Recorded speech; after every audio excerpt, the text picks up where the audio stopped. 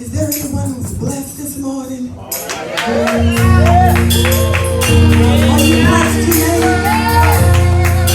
Sister Marion, you have anything to bless about your heart? Everything. Look at Pastor, he's always here. I know he's blessed. Look at all the blessed saints of the Most High Elohim. From the eldest person here down to the youngest. Is Mellow in here? I don't have my glasses on. Sammy Mason. I don't know about you, Dion, but I'm blessed. Even when I don't think I'm blessed, I know I'm blessed.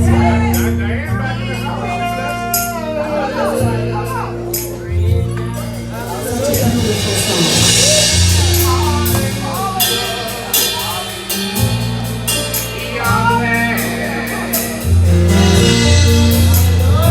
Come on, we all gonna say, be blessed, my brother. Come on. Be blessed, my brother. Be blessed, my sister. Be blessed. Be blessed wherever this life brings you. Let me encourage you. Let me speak life. Let me speak life to you. You can depend on God to see the good. You can depend on me. You can depend on me to pray for you.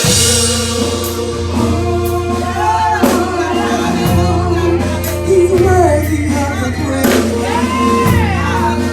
We gonna do that again, saints, and we can all say, be blessed. Be blessed, my brother. Be blessed, June. Be blessed, my sister. Be blessed.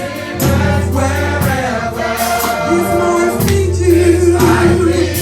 Let me encourage you. Let me encourage you. Let me speak life. Speak life to you. You can depend on God to see the good. You can depend on me. You can depend on me to pray for you.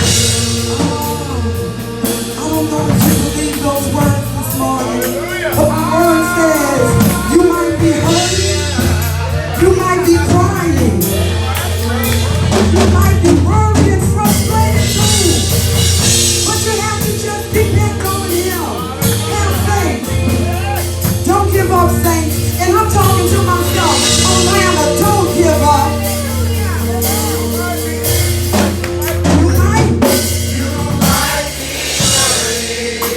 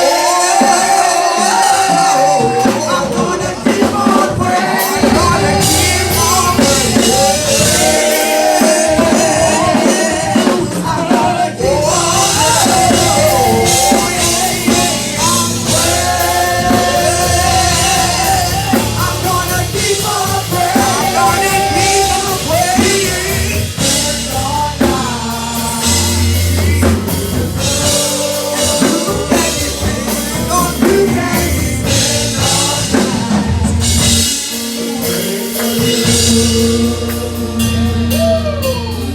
we prepare to take our seats. And let me just say this. You can only pray one more time. The word says it's a privilege and an honor to pray. If you could only pray one more time.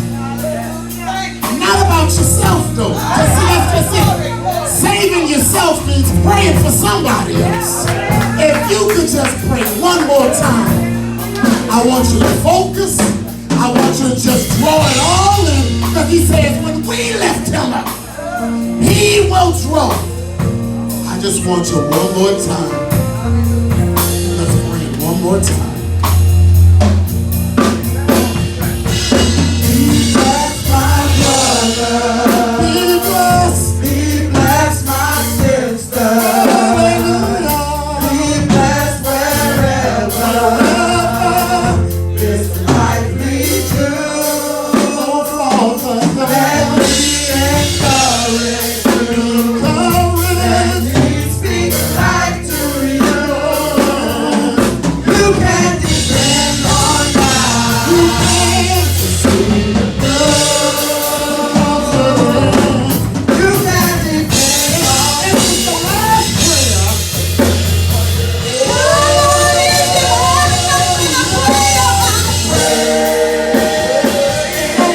I'm gonna keep on praying. You better praise Him on. I'm gonna keep on praying. You are I'm gonna keep on praying. I'm gonna keep on praying.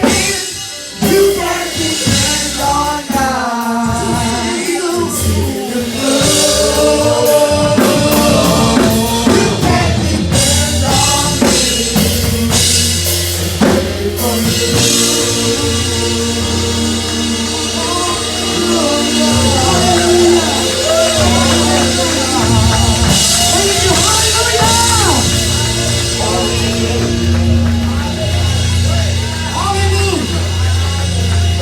praise Him. Hallelujah. Hallelujah. Hallelujah. Thank you, CKC. All you beautiful saints of the high Elohim.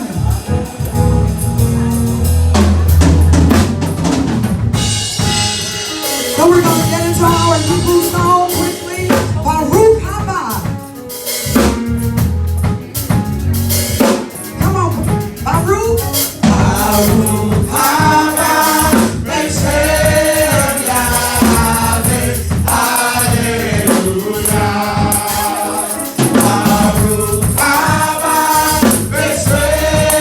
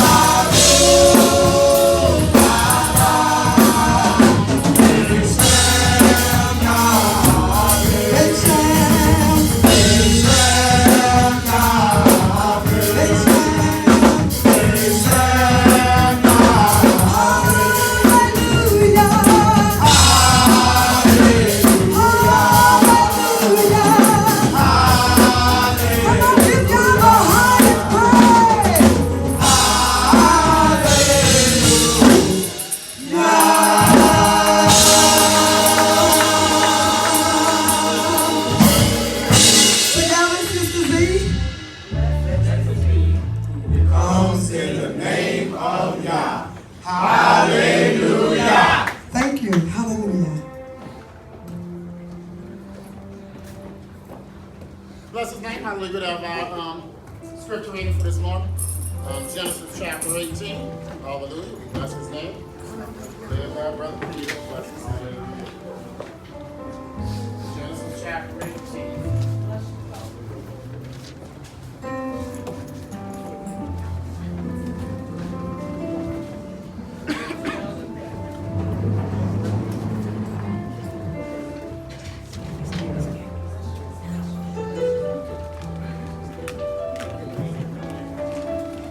Shabbat shalom, everybody. Good afternoon.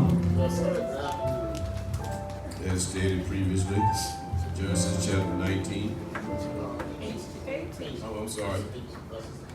Chapter 18. Thanks for the correction. And let us begin. And Yah appeared unto him in the plains of Moron, and he sat in the tent door in the heat of the day. And he lifted up his eyes and looked, and lo, 3 men stood by him. And when he saw them, he ran to meet them from the tent door, and bowed himself towards the ground, and said, My Elohim, if now I have found favor in thy sight, pass not away, I pray thee, from thy servant. Let a little water, I pray you, be fetched, and wash your feet, and rest yourselves under the tree. And I will fetch a morsel of bread, and comfort ye your hearts. After that ye shall pass on. For therefore are ye come to your servant. And they said, So do as thou hast said. And Abraham hastened into the tent unto Sarah, and said, Make ready quickly 3 measures of fine meal, knead, and make cakes unto them. And Abraham ran unto the herd, and fetched a calf, tender and good, and gave it unto a young man, and he hastened to dress it. And he took butter and milk, and the calf which he had dressed, and set it before them. And he stood by them under the tree, and they did eat. And they said unto him, Where is Sarah thy wife? And he said, Behold, in the tent. And he said, I will certainly return unto thee according to the time of life, and lo, Sarah thy wife shall have a son. And Sarah heard it in the tent door, which was behind him. Now Abraham and Sarah were old and well stricken in age, and it ceased to be with Sarah after the manner of women. Therefore Sarah laughed within herself, saying, After I am waxed old, shall I have pleasure, my Lord, being old also. And said unto Abraham, Wherefore did Sarah laugh, saying, Shall I surely bear a child, which am old? Is anything too hard for Yah? At the time appointed, I will return unto thee according to the time of life, and Sarah shall have a son. And Sarah denied, saying, I laugh not. For she was afraid, and he said, Nay, but thou didst laugh. And the men rose up from thence, and looked toward Sodom, and Abraham with them to bring them on the way. And I said, Shall I hide from Abraham that thing which I do, seeing that Abraham shall surely become a great and mighty nation, and all the nations of the earth shall be blessed in him. For I know him, that he will command his children and his household after him, and they shall keep the way of Yah to do justice and judgment. And I may bring upon Abraham that which he has spoken of him. And Yah said, Because the cry of Sodom and Gomorrah is great, and because their sin is very grievous, I will go down now and see whether they have done altogether according to the cry of it, which is come unto me, and if not, I will know it. And the men turned their faces from thence, and went toward Sodom. But Abraham stood yet before Yah. And Abraham drew near and said, Wilt thou also destroy the righteous with the wicked? Peradventure, there be 50 righteous within the city. Wilt thou also destroy and spare the place for the 50 righteous that are therein? That be far from thee to do after this manner, to slay the righteous with the wicked, and that the righteous shall be as judge. That be far from thee. Shall not judge of all the earth do right? And Yah said, If I find 50 righteous within the city, then I shall spare all the place for their sake. And Abraham said, Behold now, I have taken upon me to speak unto you, which am about dust and ashes. Peradventure, there shall lack 5 of them.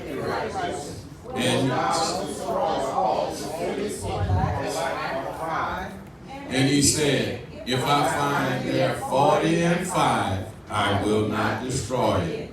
And he spake unto him yet again, and said, Peradventure, there shall be 40 found there. And he said, I will not do it for 40's sake. And he said unto him, Oh, let not thou be angry, and I will speak. Peradventure, there shall be found there. And he said, I will not do it if I find 30 there. And he said, Behold, I have taken upon me to speak unto Yah. Peradventure, there shall be 20 found there. And he said, I will not destroy it for 20's sake. And he said, Oh, let not Yah be angry, and I will speak yet but this once. Peradventure, 10 shall be found there. And he said, I will not destroy it for 10's sake. And Yah went his way. As soon as he left communing with Abraham, and Abraham returned unto his place. This is the word of Yah. Hallelujah.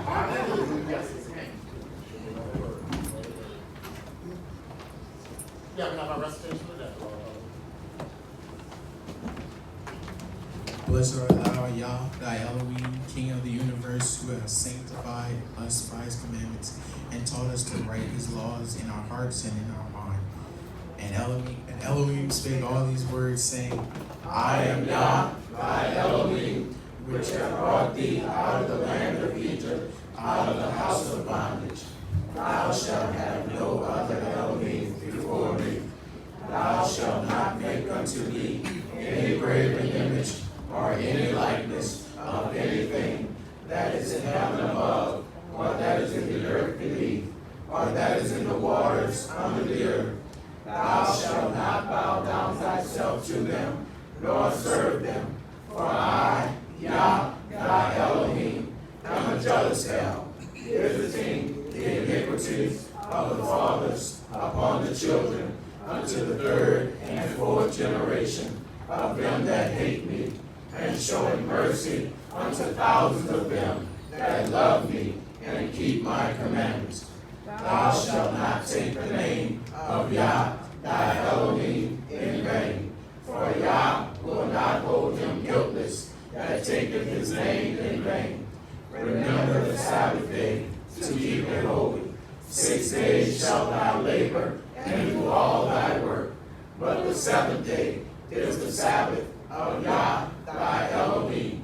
In it thou shalt not do any work, thou, nor thy sons, nor thy daughters, thy manservants, nor thy maidservants, nor thy cattle, nor thy stranger that is within thy gates. For in 6 days Yah made heaven and earth, the sea, and all that in them is, and rested the 7th day. Wherefore, Yah blessed the Sabbath day and hallowed it. Honor thy father and thy mother, that thy days may be long upon the land which Yah thy Elohim giveth thee. Thou shalt not murder. Thou shalt not commit adultery. Thou shalt not steal. Thou shalt not bear false witness against thy neighbor. Thou shalt not covet thy neighbor's house. Thou shalt not covet thy neighbor's wife, nor his manservant, nor his maidservant, nor his ox, nor his ass, nor anything that is thy neighbor's. According to James 2:10-12. For whosoever shall keep the whole law, and yet offend in one point, he is guilty of all. For he that said, do not commit adultery, said also, do not murder. Now if thou commit no adultery, yet if thou murder, thou art become a transgressor of the law. So speak ye, and so do, as they that shall be judged by the law of liberty. Hallelujah. Draw ourselves in for prayer this time. Hallelujah.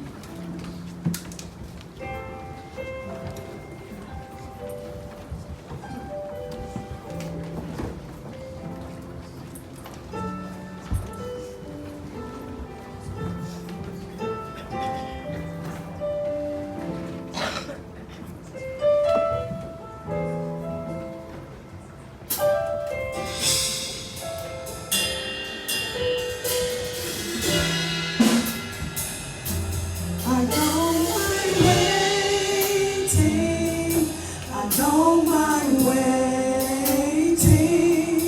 I don't mind waiting on you, Yah. I don't mind waiting. I don't mind waiting. I don't mind waiting on you, Yah. I don't mind waiting. I don't mind waiting. I don't mind waiting on you, Yah. I don't mind waiting. I don't mind waiting. I don't mind waiting on you, Yah.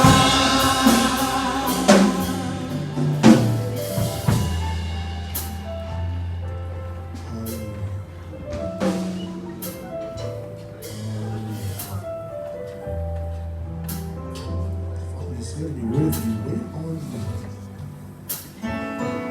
Father, you said you would renew our strength. Father, you said we would ride up on wings like eagles.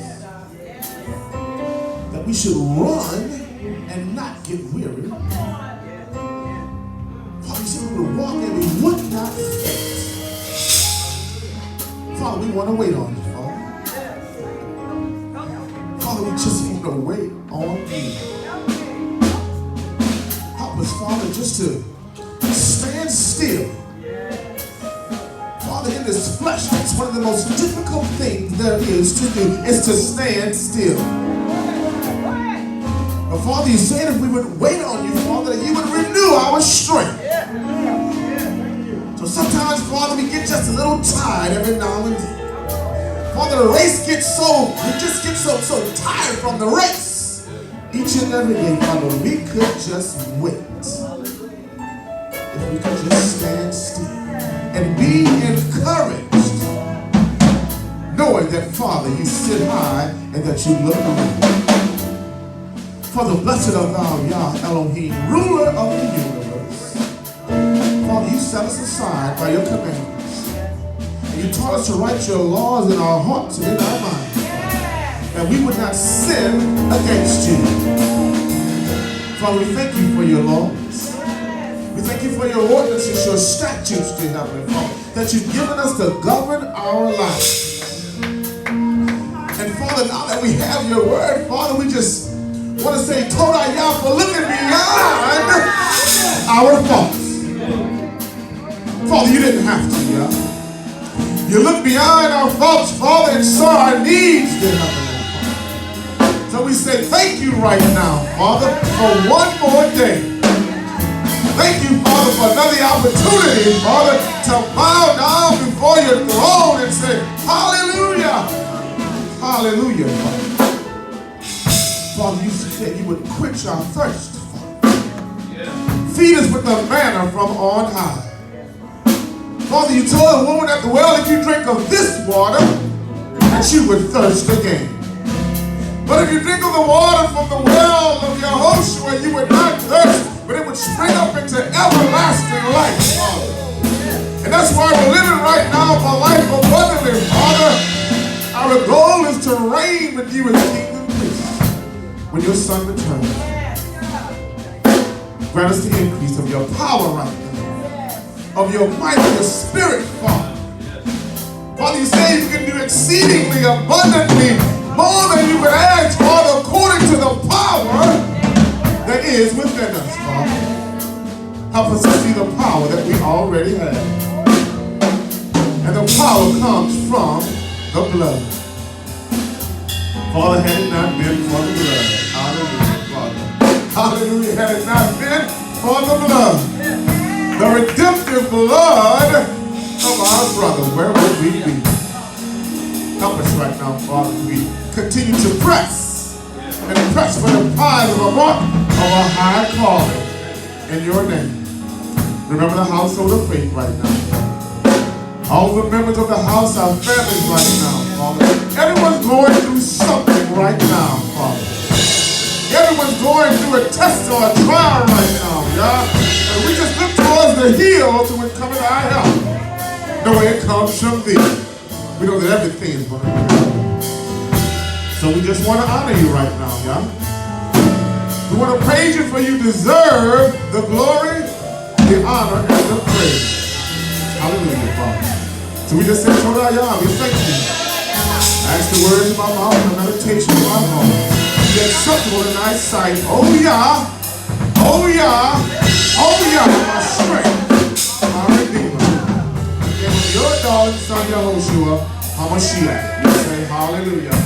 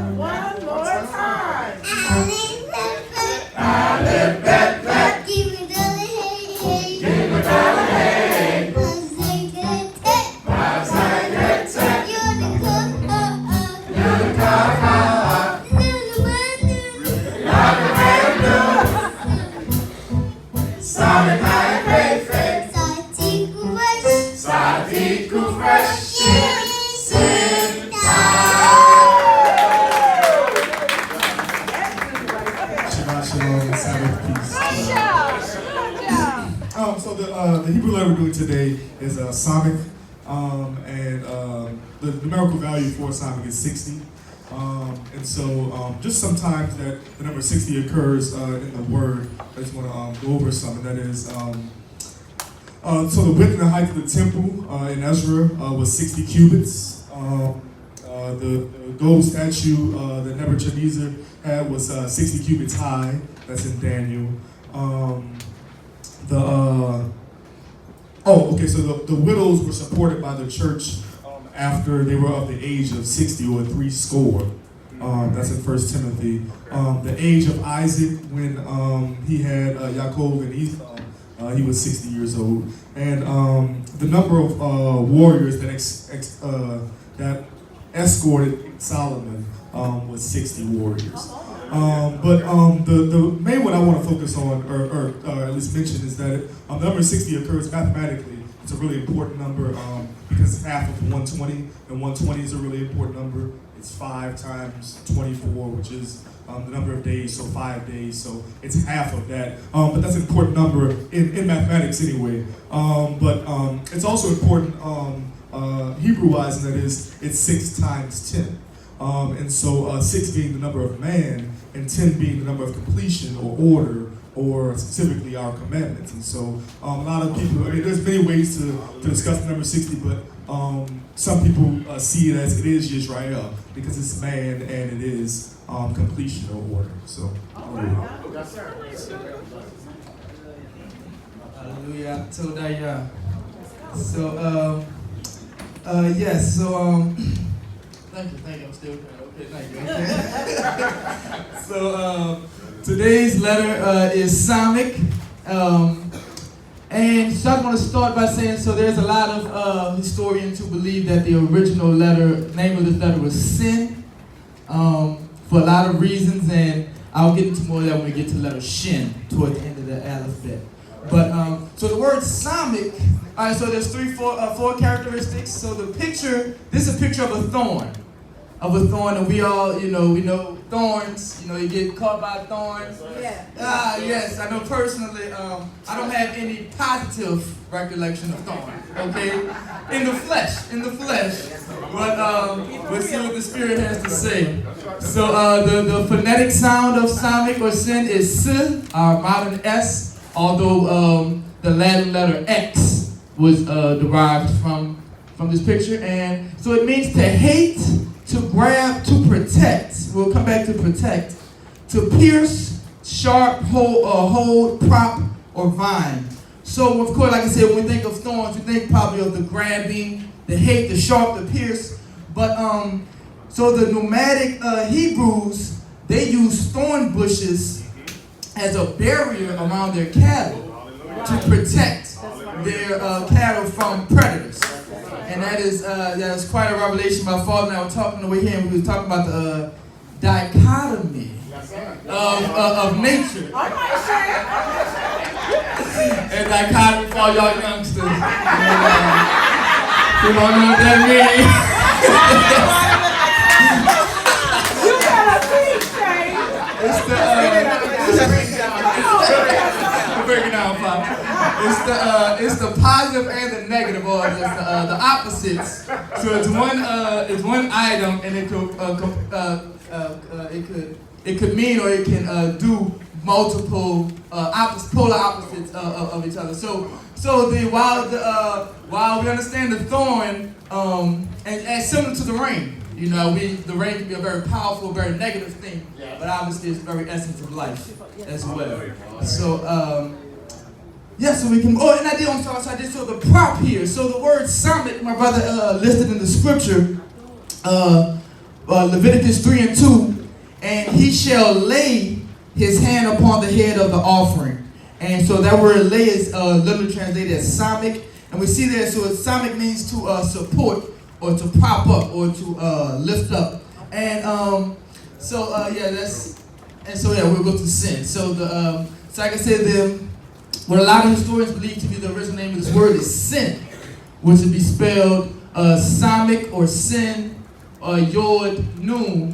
And this is the Strong's 55:12. And it's literally a thorn, a clay, and I see that Strong's likes to highlight places. Yeah. You notice that's kind of frustrating. A lot of they don't really like to talk about the function of words, but more the names and the Strongs. So they you gotta watch. Yeah, you gotta watch. Thank you, sir, for that. So, but as we can see that the Latin letter sin is probably where they get the word sin from, which is the original letter, which is probably why they're trying to hide a lot of the origin, quite frankly. So, but yes, sin. And yes, yes, sir. And so this next one, this is just kind of a little tab that I think you guys will like. So this here is the Exxon Mobil, a loose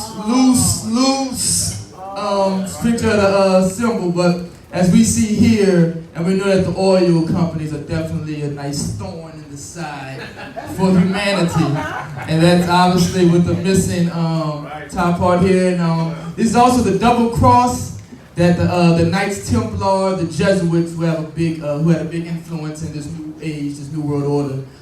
This was kind of their symbol as well. Okay? Yes, sir. You better expose them, Shane.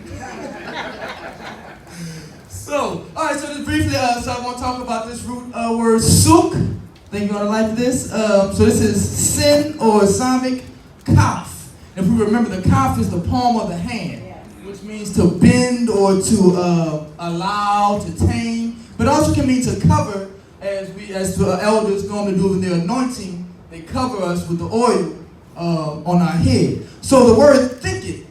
So this is Strong's 55 and 20. So a thicket, a covert, or a layer. Now I want to briefly read the Noah Webster's 1828 definition of a covert. It means as an adjective hid, private, secret, concealed. Number 2, disguised.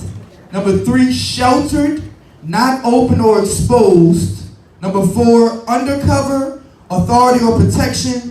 A married woman who is considered as being under the influence protection of her husband. Okay? And as a noun, a covering or covering place. A place which covers and shelters, a shelter or a defense.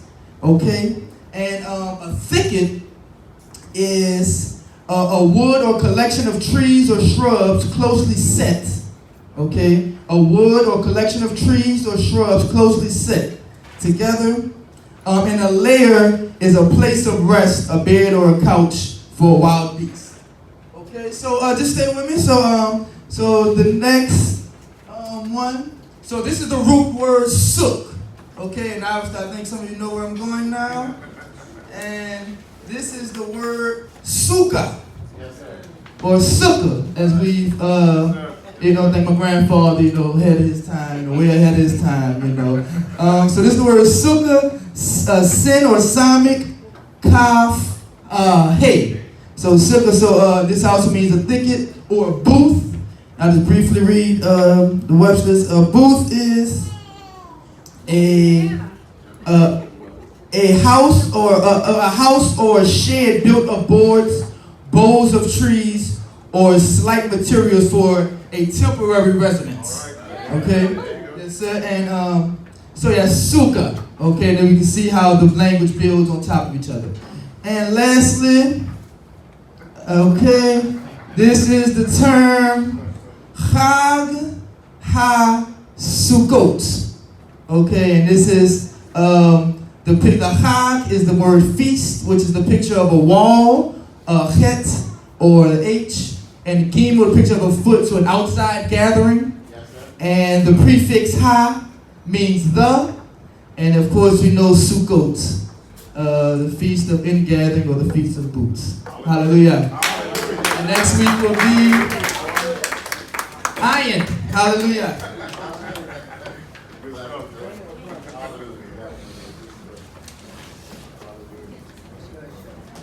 Let's definitely give the Father a hand clap for the increase that He is giving us to take and do as we will, or to just let the words go up and come back forward one way or the other. But we thank Him for that increase, definitely. It's a blessing one more time to be in His house. It's a blessing just to be able to gather and assemble with all of you. Sister Diane Kohler, it is such a beautiful blessing to see you. The same smile that departed arrives back and even increases, and we just say thank you. And may the Father keep all those who are not with us today for whatever reason, and the names all around. We know everyone sits, and we just bless his name, but we just thank him for his mercy. Sunset today, New Orleans, 7:52, and Baton Rouge, 7:58. We welcome any and all that are here today. Reminder, we're always doing our videotaping. Our offertory is always something that is stationary at your own discretion and time. We just thank the Father. And we just say, Father, just bless us and keep us. Let us stand for our commanded count if we would at this time. So we go ahead. And today is our 35th day as we are in place today. And at sundown this evening, hallelujah, we shall, hallelujah, add another there. But 35, hallelujah. And still our 4th week, hallelujah. Our 5th week. Yes, this is my, gotta change everything, updated. 35 and 5, and then our 15 days remaining. Together. Blessed art thou, Yah, thy Elohim, King of the universe, who have sanctified us by his commandments, and taught us to count the days and weeks between Pesach and Shavuot. Today is the 35th day and the 5th week of the commanded count. There are 15 days remaining until the blessed marriage supper of the Lamb. Hallelujah! Hallelujah. Please be seated, and we thank the Father for the unity and the Spirit, hallelujah, to be one, even as the Father and the Son are one. Meal Team 1 will be up next week, and next week we shall be out at the Refuge. Hallelujah. Next week, service 11:15, out at the Refuge.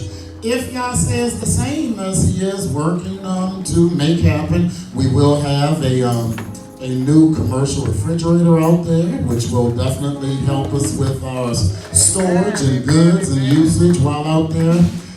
He didn't want us to have a stove for this coming time. It's to come in the future, but it missed a truck, so therefore he just didn't want it to be for this time period. So since delivering out there is not a simple thing, we will have it out there when he says it's time, but we'll just work as necessary one more time in order. But we thank him for just the little things and continuing to just shower us down with his mercy and his blessings. We thank him last week that we had a meeting of our treasury and secretary departments, our officer positions, and want to thank the Father for I'm standing in the place as the treasurer for the house, and assisting is Stephen Jr. and as Treasurer Sandra Gale. Hallelujah. We thank him for her bookkeeping, for his receipt logging, and we thank Michael Jr. for his supplement and support with Sister Sandra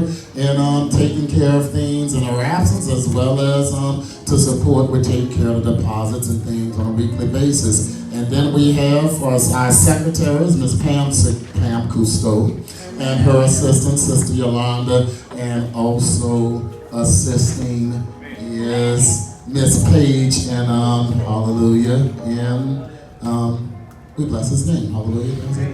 And Manny, yes, okay. So again, let's thank Manny for just being, hallelujah, one who desires to devote his all.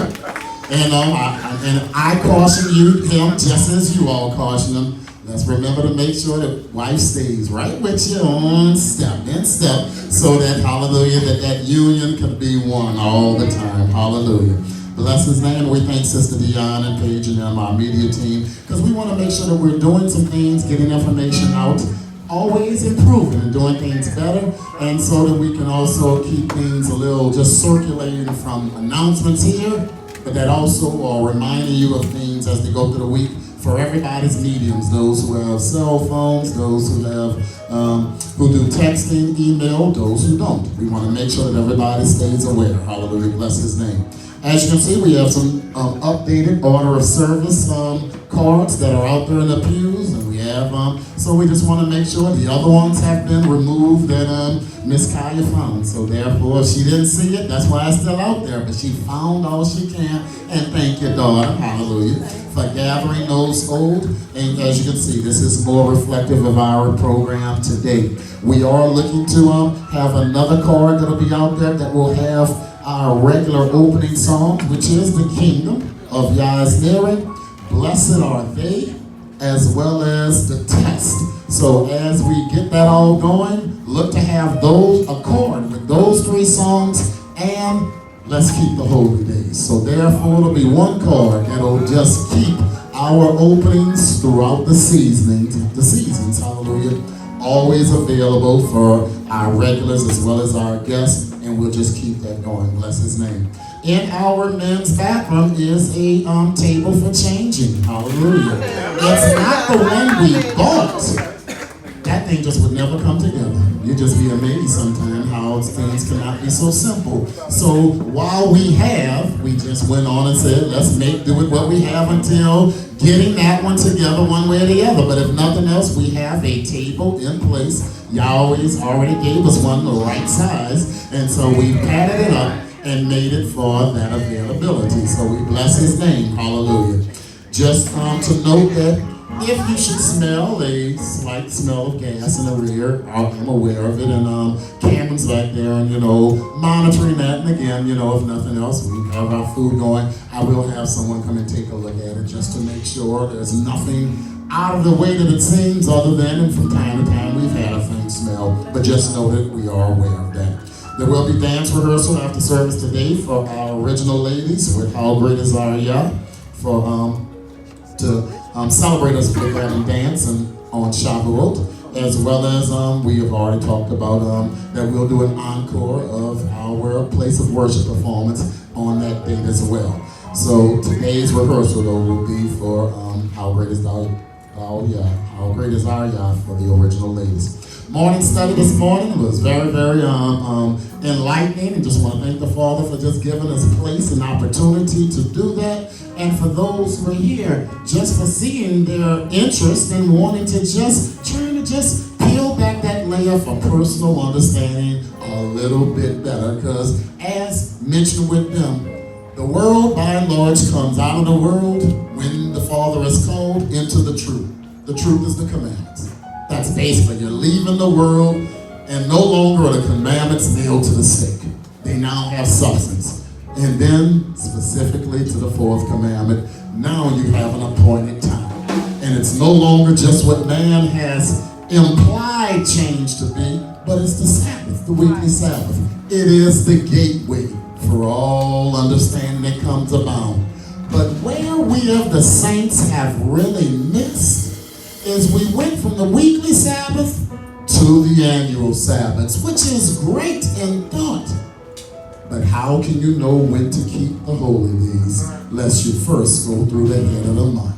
And that is where it has been missed. So in emphasizing that focus on just a better understanding of the head of the month is always something that we want to just make sure that we are gravitating to and that we're seeking. It can be simple once acquired, but it is something you have to want to make sure that you are peeling back those layers correctly. And as Yah told Moses, this be the beginning of months in Exodus 12:1. And that's where we started this morning. That scripture was near the beginning. And why would he tell Moses something that Moses already knew? That's the question you have to ask yourself. The new moon wasn't a new thing coming out of Egypt. From the beginning, the word was passed down from Melchizedek to Adam, to Abel, to Seth, and on and on and on. So the word was canonized coming out of Sinai. But as a verbal word of understanding, the law was not new. The Sabbath was a day of rest from the garden. That's right. It didn't become new on Sinai. So know that they went into Egypt with understanding. Yet Yah said, Moses, today is the beginning coming out. So was he telling him something new? Or was he maybe recorrecting him back to that which he knew who they knew before going into enslavement and going into be amongst a heathen nation. So again, just keep this as just an added closing thought on this point.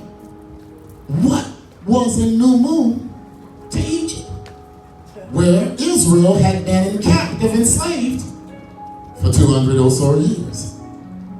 What was a new moon in the land of Egypt? Who were the gods of Egypt that Israel was having to be privy to, be beguiled, because that's what all was around them? Again, when they went in, Jacob and his lads and those of his generation, they were long gone. The children, and then the next generation that came out. Did the teaching start to get a little bit, altered and twisted? Because again, the answer to the question is, Egypt honors the beginning of the month when they see the sliver. That's what the Arab community sees as the head of the month. But Yah told Moses, this be the beginning. Was he telling him something different?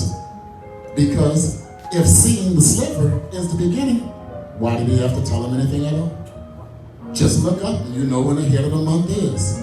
But if the head of the month is a period and a moment of time that you cannot see the crescent because it has not grown large enough to be seen with the naked eye, then that would truly be a reason for Yah to be resetting, recorrecting Moses to take Israel on out, knowing my month and my year has begun. Now begin counting the days to the day that you'll select the lamb, counting the days to the day that the lamb will be slain, because I want you to be on the right timing, and I need you to get out of your mind those old pagan ways. So we bless his name. Why? Because Father is good, and there is purpose and understanding to all that he does. So that was just a closing thought on this morning session, because it truly was a good one. And I'm not going to joke and say what Sister Pam said, but she said she liked this morning session. I'll let her tell y'all later why. Yeah, I can say it. She said all them people who know all the answers wasn't there, so I was able to get it this time, because all them people wasn't there just messing it up, because I was able to have a few more seconds, and she was rolling right along. We bless his name. Hallelujah. Our third, we have the refuge next week.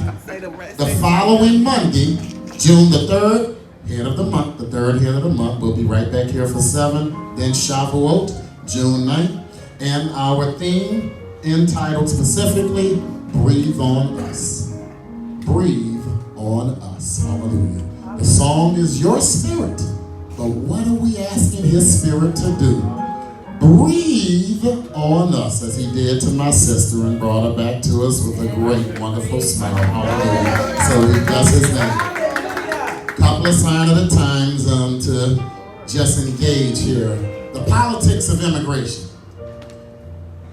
Our news report said that one of Guatemala's towns, or 2 of them, have basically almost emptied all the way out. And that coming across the border has been approximately 170,000. Almost, they say, emptying out 2 local towns of San Marcos and another interesting name. Now that's just a small percentage, but they're just pointing to the fact that there's change going on in South America as it relates to these journeys of who those are coming forth. So since September 2018, their information says that September 2018, that 170,000 has moved forward from those towns to make them ghost towns, because they've been headed to come up this way. Now, where is that going? They showed a news report from presidential candidate, former Vice President Joe Biden, from 2006. And he stated that they're talking about the approximate 11 million illegal immigrants that are in the United States. Now, what was the date? 2006. Do you know that if you listen to almost any and every candidate today and you ask them how many illegal immigrants we have, somebody needs to change the record. There can't still be 11 million illegal immigrants if it was 11 million in 2006. 15 years have passed. Clearly that number has increased. But I promise you, listen to the news stories. Is it that they don't know that there's probably a few more than 11 million by now? If there was 11 million then. So therefore, how many really would there be today? This year, they're saying 1.5 million. Now, there's 1 million legal immigrants that America supposedly allows in from all over the globe. But 1.5 million illegal immigrants is what's expected to come across in a rash this year. So let's just say that if 11 million was 2006, at 1 million a year, you're looking at about 25 million, just give or take. Because of course, you come across, then there's babies. So therefore, okay, so let's just say easily that number that's not legal would be in the 25 million area. Now that's not on the books, the 25 million. Now what does that go to? Blacks make up approximately 13% of the population, give or take. 330 million is the population, see in the number. And so blacks make up about 13%, roughly the low 40s, 40 million, 43 million, in that ballpark. Now through legal immigration, as I said, you got 50 million Hispanics right now in the country. Because that's about 15%. They are the minority in charge. They have surpassed blacks, and that's not a new thing. That's a recent thing that has been made clear. Approximately 15% are Hispanics of the legal number. So therefore, that's like 49 million. Add the 25 million that are illegal to that number, and you're looking at roughly about 75 million Hispanics in the U.S. at this time, give or take whatever the real bottom line number is. What does all that mean? Is that 1/4 of this nation's population is Hispanic. Approximately 1/7 or so would be black. Because you can't just come across the border from Africa. Therefore, who's the political, those in powers that be, who are they focused on? I mean, again, it's all about power. It's all about staying in office. It's all about making sure that you continue. So therefore, if there's a group that is just large and continuing to move and continuing to increase, and you're looking for your longevity, then the numbers say focus on the border.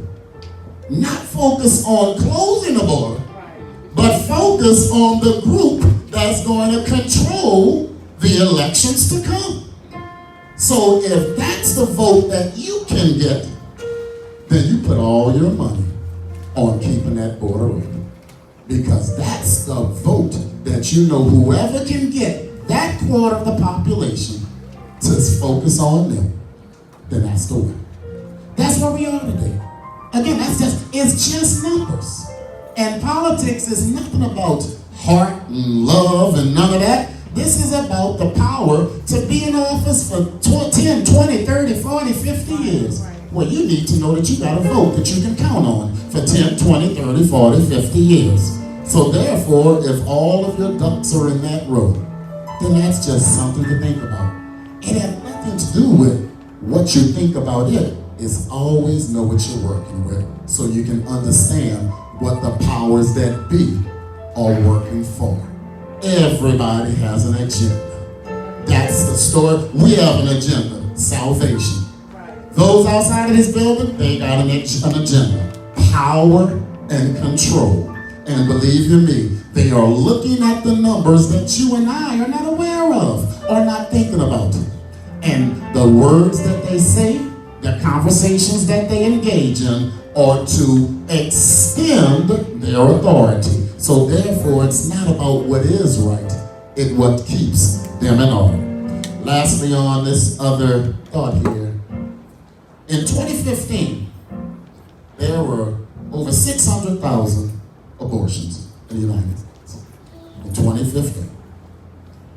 The first trimester, 150,000 were the non-surgical pills and whatnot to go ahead and just take care of business within the first 8 weeks. But between weeks 8 and 13, you have roughly another 275,000, because everything is surgical now. That's the first trimester. So then the second trimester, so of course it goes down less. Second trimester, and they're saying 14 to 20 weeks. 50,000. And I'm saying thousand, these are millions, okay? So anyway, this is, no, thousands, yes, it says, okay, thousands, yes. 50,000 for the second trimester. And then the third trimester, greater than 20 weeks, up into the time of birth, right over 8,000. Now, many say, but that conversation y'all talking about related to that third trimester and all that, that's just, that's a small number, rarely happens. What did those angels say to Father Abraham? At the time of life, we shall return, and you shall have what? A son. At the time of life,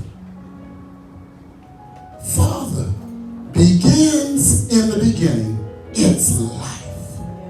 They were counting the time of pregnancy and saying, this child will come forth.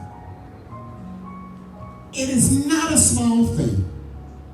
And it's not something that I choose to just let become a thing that goes under the rug. Because we need to make sure that Father knows that we understand that He giveth life. Right. And that no man has the authority to assign.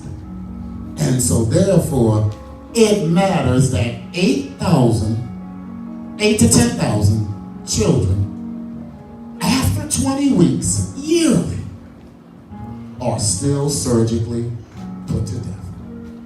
Father, have mercy upon us. Because what did you do? What were you sending those 2 angels to do? To destroy humanity for their evil ways. But because of 10, He would spare. But in the story, He didn't spare them because He couldn't find 10. It is our righteousness that keeps our cities going. And we need to know that that is a blessing for what we are doing, but our work is not done. Because as Abraham had to continue to barter and barter and barter, just think if you looked around and said, Father, but, well, okay, if I really think about it, Father, maybe not everybody in here, but okay. Well, Father, maybe half the, okay, Father, that's what Abraham did. He said, but, okay, those people really ain't that holy, they just speak holy. And then, okay, who's keeping the light on for our salvation? That's our charge, to be about our Father's business. Because outside these walls is a very sin-sick world that has no regard. Every single Democratic candidate has said that they are against the Alabama abortion bill. 23 candidates, they're all against it. The bill is only about life. Right. Again, is that Father telling us something? Are we supposed to hear something? Or maybe if they, have the right position on taxes, then maybe we give them a pass. Or maybe if they have the right position on jobs, then maybe we give them a pass. But they've already spoken that a woman's right to choose is greater than the choice of life, according to you. This is our world, and we need to make sure that we understand that Father is looking to see, studying to show ourselves approving unto Him, whose we are and who do we side with. Woe unto them that cause the sheep to err. To the ministers of this world, the false ministers, woe unto them. But you can also apply that to the judges of this world, which are the politicians of this world. Woe unto them that cause the sheep to err for their greed, their power, and their inhumanity. So we bless his name, and we will speak the truth, and we will say, Father, breathe on us your spirit, and by your spirit we say hallelujah. We bless his name this morning. Hallelujah. We bless his name, and I just say thank you, Father, for making it a worthwhile cause to me to want to make sure that we are watching, because there is no right channel up there. He's the right channel. So we want to make sure that we are parsing the right information from all the channels to have the right understanding to know to whom we approve. We bless his name. Sister Love, hallelujah. Amen. Hallelujah.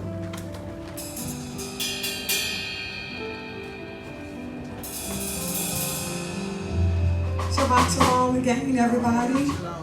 So because of our elder Stephen, I'm already all sang out, and the commandment keepers haven't even really come up yet. Because y'all know that song, Be Blessed, it's really like a minute and 45 seconds, but I think we kind of like sang it for about 10 minutes this morning. But all praise go to Elohim Most High. But you know what he says? To enter into his gates with thanksgiving, enter into his courts with praise. And I know that one of the talents that Yah has given me, I didn't always know this and feel this in my heart, but I know my gift is to praise and worship and to be a leader of that particular talent. So I thank Yah, and I'm not going to let any rock praise him for me. So today is the fourth Sabbath of the calendar year, so the commandment keepers will come back in a moment. And Jose, I know he's here. We're going to feature Jose with word. And then Elder Stephen, he's going to sing some more. Yeshua is mine. But before they come up, I just have to say, because I have the moment, I have the mic, that Darren Jr. did graduate this past Monday from high school. And it was an awesome time. He's 17 years old. He graduated from Broadmoor High School in Baton Rouge. We had an awesome time, and y'all worked it out where most of the folks who expressed an interest for being there and being able to be there were able to get a ticket. He just worked it out. Hallelujah. And I'm telling y'all, we have to have faith in Yeshua. We can't see him, but we know he's there. We may not hear him with our physical ears, but he's speaking to us all the time. Sometimes we just have to stop and just let Yah. And he worked things out, and we had a wonderful time. So I'm going to ask Dayton to just come harmonize just for a moment. I just have to sing this, and then CKC, y'all come right on up in a moment.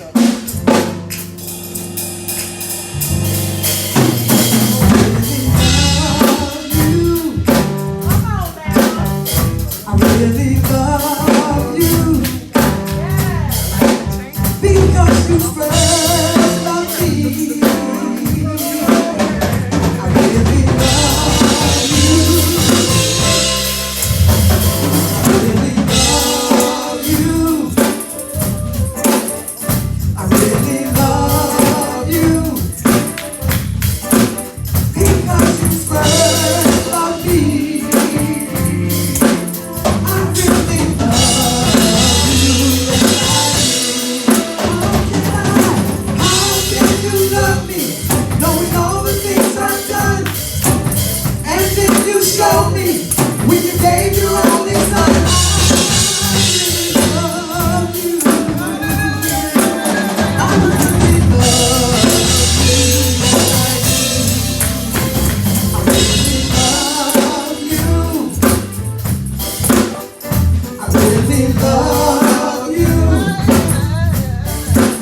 Because you first loved me,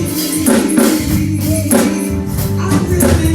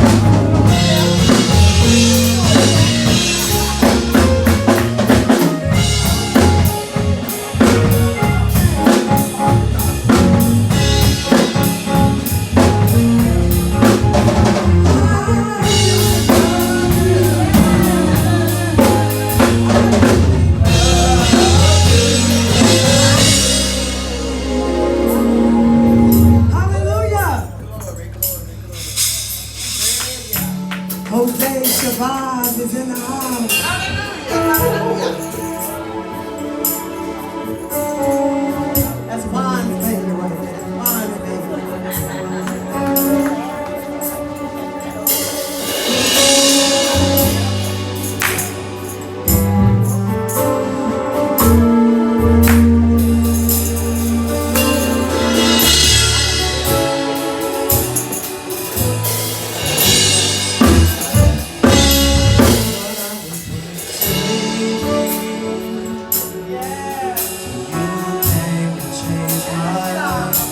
thought I was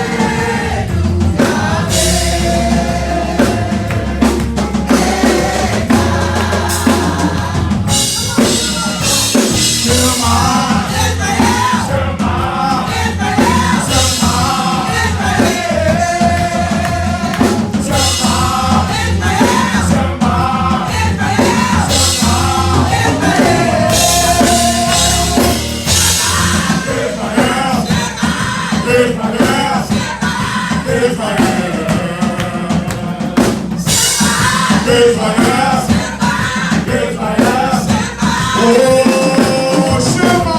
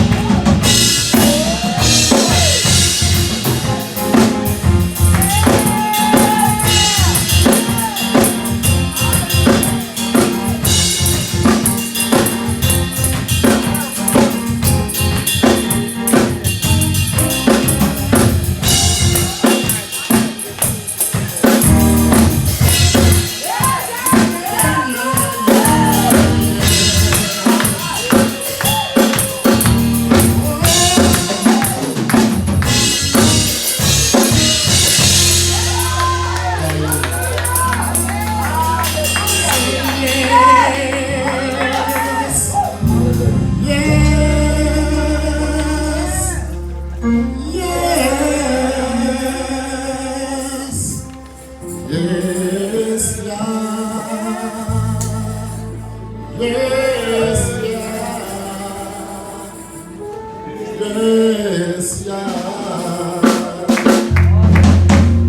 Say yes. Yes.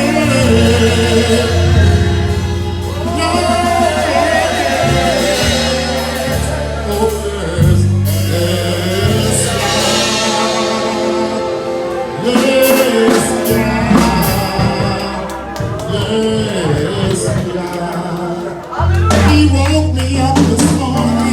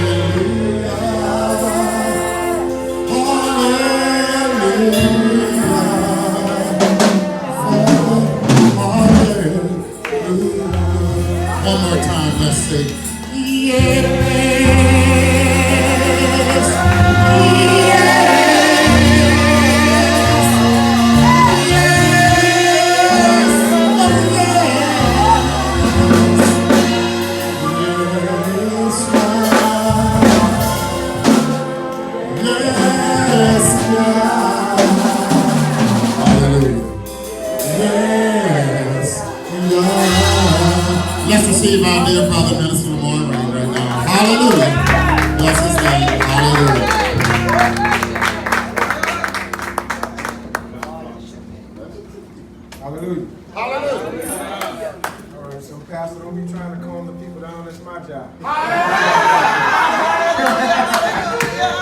Let's calm down and I'm going to try to rise it back up. Just a little bit of this. You did not create me to worry. You did not create me to fear. But you created me to worship daily. So I'm gonna leave it all right here. You did not create me to worry. You did not create me to fear. But you created me to worship daily. So I'm gonna leave it all right here. My hands are raised. Hands are raised because I surrender. Your will is what's best for me. Worship you because you are Yahweh, Yahweh. I bow before the King of. I would trust in you, Father. I will trust in you. I will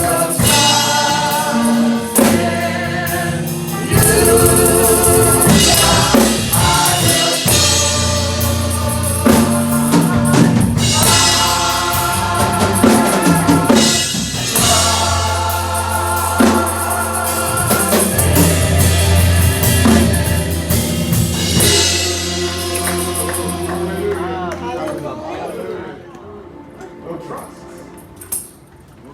Praise Father. We're here again on this day to worship and serve Him and to be fed and to hear His word.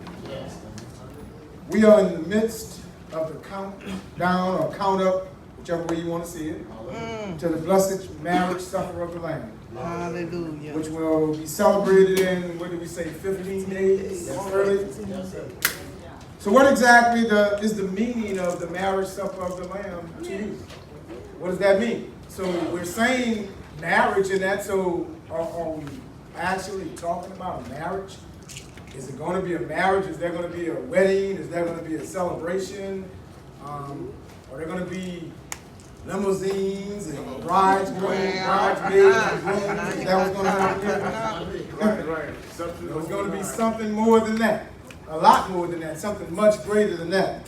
But what I wanted to do was, you know, I've learned in studying this word, as I say many times, that the Father, in His wisdom, He shows us things through other things.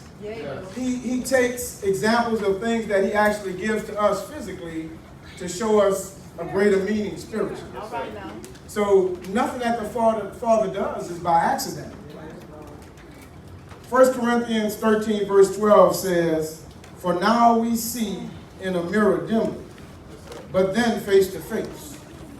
Now we know in part, but then we will know fully, just as I also have been fully known. But now faith, hope, love abide. These three abide, but the greatest of these is love." So, Father Yahweh, our Elohim, in His great love for us, as that scripture just said, He gives us, for instance, we've said many times that He gives us earthly parents so that we have an example of He as our spiritual parent. Because that's what He is. We are His children, and He is our spiritual father. But we were given a physical mother and father here on earth. And even as we read over that commandment that says, "Honor thy father and thy mother," He's trying to teach us something in that. And even in that one, He gave it a little bit extra, because He said, if you do it, your days may be long upon the land which we walk. So that was an example of the ultimate relationship between us, we as children, and Him. Someday spiritually. So let's examine the physical marriage to see if we can get a little understanding of the soon coming spiritual marriage. Hallelujah. Hallelujah. So we know that marriage consists of a man and a woman, and that's what marriage consists of, everybody, a man and a woman. Right? That's the right way. That's the right way. Marriage consists of a man and a woman. That's the only marriage that is ordained in the sight of our Father. Now there are others out there who think they are married, but they are not truly married because it is not ordained by the Father. In fact, it is completely against His ways and His laws. Come on. So we know that the first thing that happens that sets up a marriage is, we'll use ourselves, I'll use me. You meet that person, right? You see that person. And what we call that is, the first thing that happens is it's an attraction, right? So you see somebody that you're attracted to. And she's not here today, but I can think back to that moment when I saw her. The one that I'm married to. Some probably almost 40 years ago back at Dillon University. I'll never forget, I was walking across the campus, and all of a sudden I just stopped. I said, hold up. Who is that?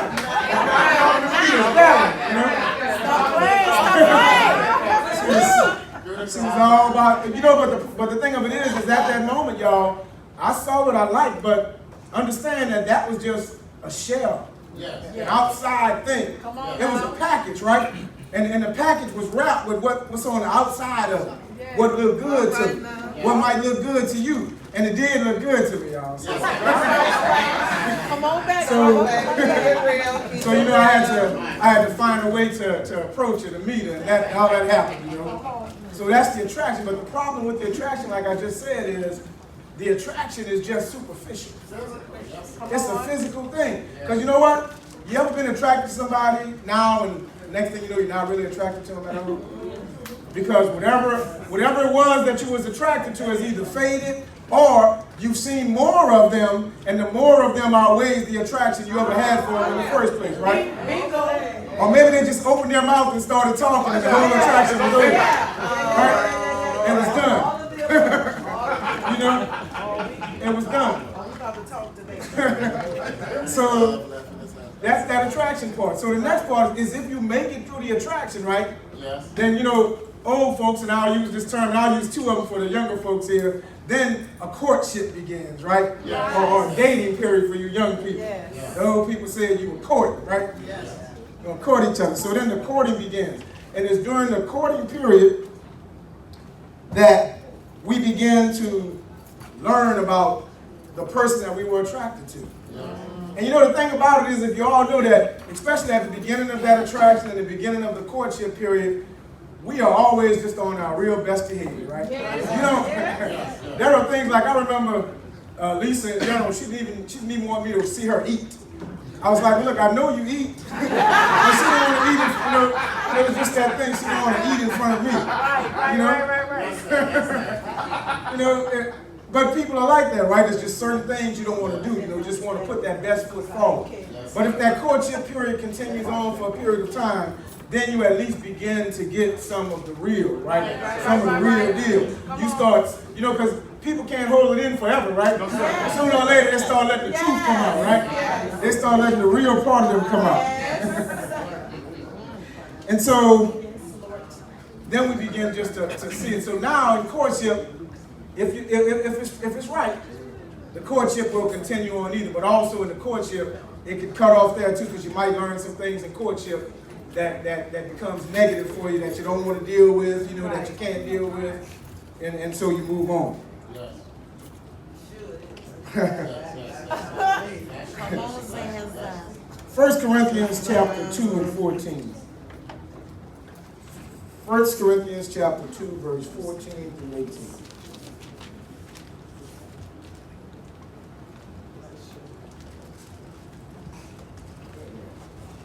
So yeah, this marriage thing is complicated. And for you young people, you'll see that the problem is people jump into this thing like on a whim. Let's just get married without even knowing the person that you're going to marry. Right. And then the problem is, and we're going to get to this, really the Father only gives us one out from marriage. So when you do it, if you're living as a child of Yah, that's only one way out of this. Yeah. Well, two ways. One of them is death. That's one way out. But outside of death, there's only one other way out of this. And so you've got to be careful who you're going to hook up with, who you're going to marry. I'm sorry, 2 Corinthians I think we should be in.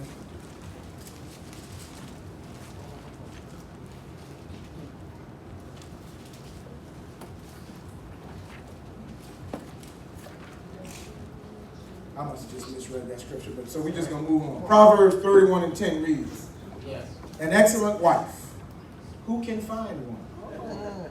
She is far more precious than jewels. Thank you. Is that right, guys? Thank you. Yes, sir. Find your excellent wife. She is far more precious than jewels. But we got to get through those other stages to be able to identify her as a candidate to be an excellent wife. That's right. And that's the physical part. But what I want to tell you is know that the bridegroom who's coming for the marriage supper of the Lamb, he's also looking for, we could say, an excellent wife who is more precious than jewels. He is looking for that in us spiritually. Yes. So you can see it in the natural, you know what we're looking for naturally, but understand that the Father is looking for greater things than that from us, because in this marriage supper to the Lamb, who is the bride? Yes. Who is the groom? So the Son, Yahushua, is coming back for a bride. That's right. It's church. And so in this sense, at that point, we're all going to take on, if you want to say, the feminine side of this relationship. Yes. The church, the ecclesia, is going to be the feminine side of the relationship with our brother Yahushua. But the other part of that scripture is, but she who brings shame is like rottenness in the bones. Rottenness in the bones. So if you end up with the wrong one, and she would bring shame unto you into your relationship, it's like rottenness in your bones.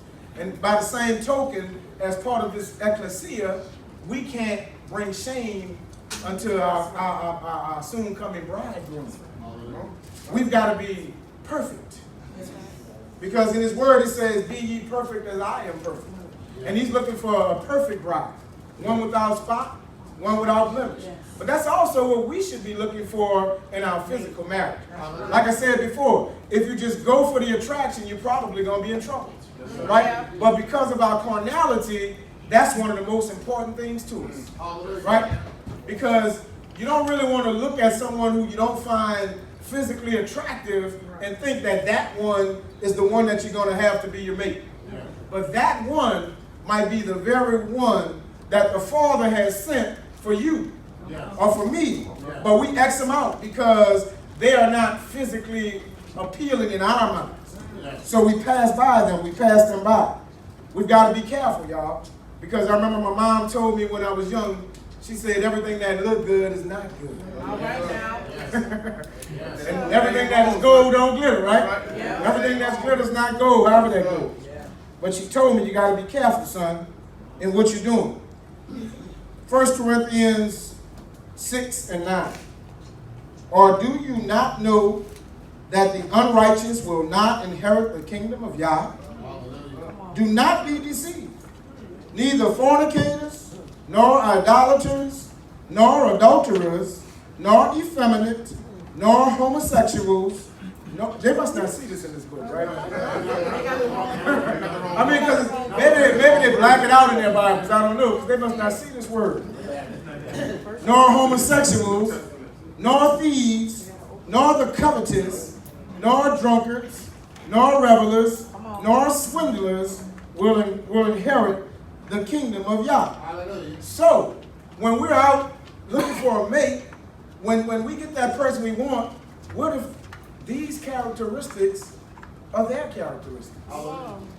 So do we let the physical attraction overpower what the word says, what the spiritual side is? But I know that happens many times, that people jump into stuff they know they shouldn't be in, because they know things about the person that they're going to be with. They know things about the person they're talking about marrying and probably do marry, but they still do it.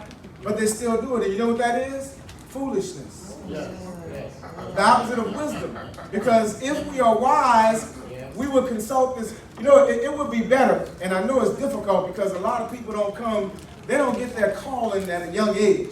And people tend to get married real young now. I got married young. I think I was 23 when I was married. We get married young. And so if you're still out there wilding out or trying to sow your oats, so to speak, and you haven't gotten this word, you really don't have anything to base this on. So you're just going out there on a feeling and emotions, which are not good. Verse 11. Such were some of you, but you were washed, but you were sanctified, but you were justified in the name of Yahushua HaMashiach and in the spirit of Yahweh. All things are lawful for me, but not all things are profitable. So marrying that wrong one, I guarantee you, is not going to be profitable for you. You are going to pay a price for it. Whether it be time, suffering, pain, whatever it is, and many of us here have already paid a price like that in the past. In previous marriages that we may have had. We paid that price because we went about it the wrong way. We didn't allow Yah the Father to lead us on the path to the one whom we should be with. I guarantee you that if you put it in his hands, and if you are patient, if you wait on him, like the song says, he will bring that person right to you. Probably when you're least expecting it. When you're least expecting it, it'll be right before you. Food is for the stomach, and the stomach is for food. But Yah will do away with both of them. Yet the body is not for immorality, but for Yah. And Yah is for the body. Now Yah has not only raised Yahushua, but will also raise us up through his power. And that's another reason why we got to be careful. Because how you going to raise us up in his power when we living outside of his word? When we're doing things contrary to his word? When we're choosing our brides or our husbands based upon attraction, based upon physical things? And young people understand that. Lakaya, understand that. Genesis. It's not about how a person looks or the smooth conversation they might have. Because some have some real smooth conversation and can talk themselves into and out of many situations and things. Do you not know that your bodies are members of Yahushua? Shall I then take away the members of Yahushua and make them members of a prostitute? May it never be. So, if we are dating someone or hooking up with someone that we know or we realize is on the promiscuous side, we might not want to continue in that relationship. But I know that we do that too. That we marry people who we know, like during the dating period, you know that they're running around seeing many different people, but it's because of that attraction you have for them, you can't let it go. You just can't let it go. So you go against your own better judgment. Look, even without the word of Yah, your own nature inside of you would tell you that there's something wrong with it. But we not only go against Yah, but we go against our own human instinct and nature. Because he gives us that, y'all. You know, a lot of times people say that the first thing you think is probably true. It's probably real. Because sometimes you might think that you just got that thought, but sometimes it might have been that spirit that's around you, those angels that are with you, that is whispering into your ear, giving you a warning that we choose to ignore. That we choose to ignore. And so what then we go on and then we suffer because of it. Hold on, I gotta take a water break.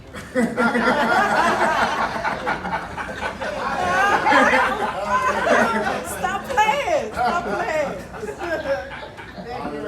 Or do you not know that the one who joins himself or herself to a prostitute, because we know you can call a prostitute many things. It could be for money or it could just be for fun. But it's the same thing. Whether you want to call it whoring or prostituting, whatever you want to call it, it's the same thing.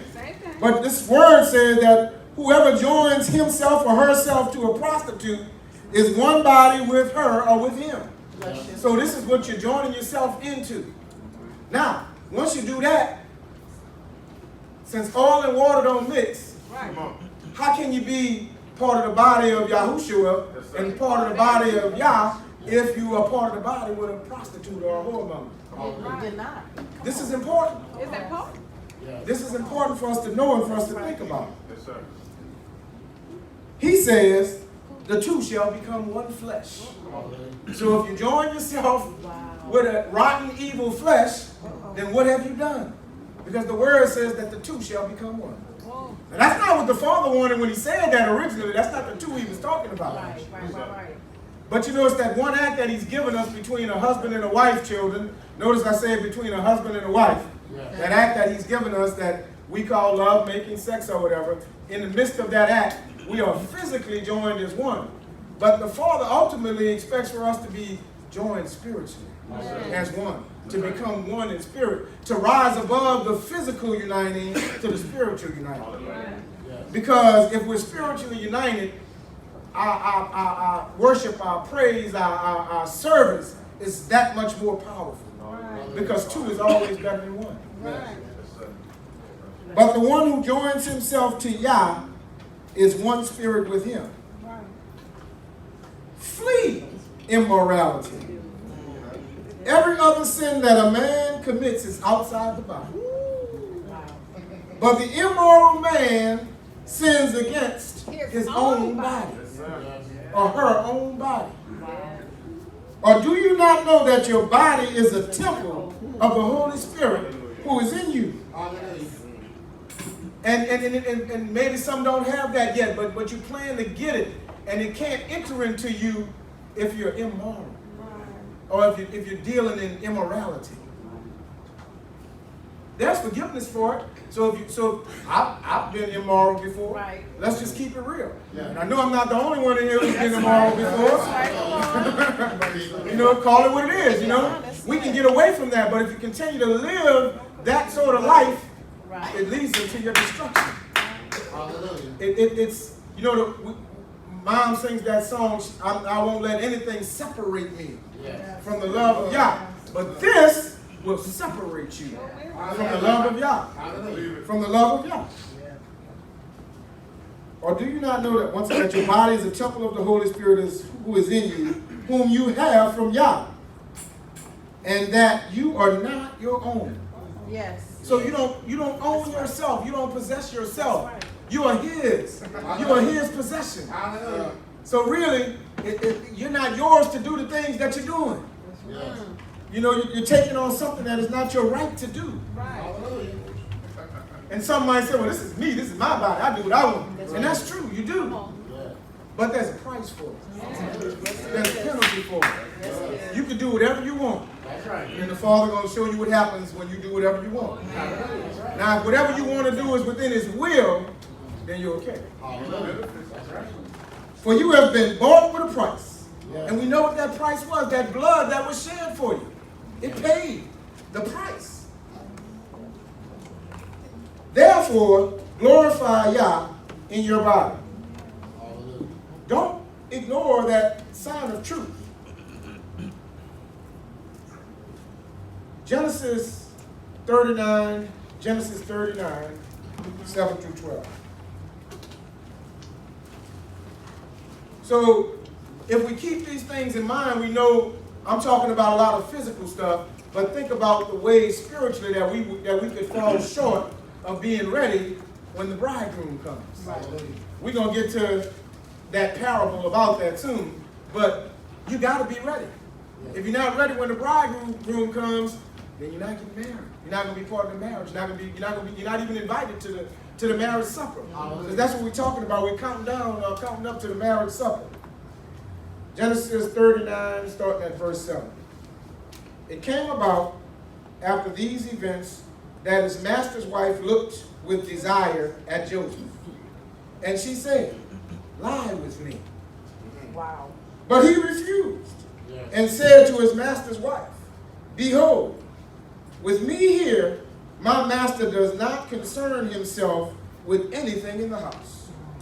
And he has put all that he owns in my charge. Now, we all know the story of Joseph. His brother sold him into slavery, went to prison. But this is about Potiphar and his wife. So Potiphar took Joseph and put Joseph in charge of his house. And under Joseph's leadership in his house, Potiphar prospered. He became richer and richer. But on the side, Potiphar's wife was trying to seduce Joseph to turn away from that which he knew was right. Joseph continued to say in verse 9, there is no one greater in this house than I, and he has withheld nothing from me except you. Come on. So Joseph understood, right? Yeah. And he said, he withheld you from me because you are his wife. Right. Come on. Not my wife, his wife. How then could I do this great evil and sin against y'all? That's how we got to be thinking, y'all. That's right. In the moment of weakness, that's where we got to go.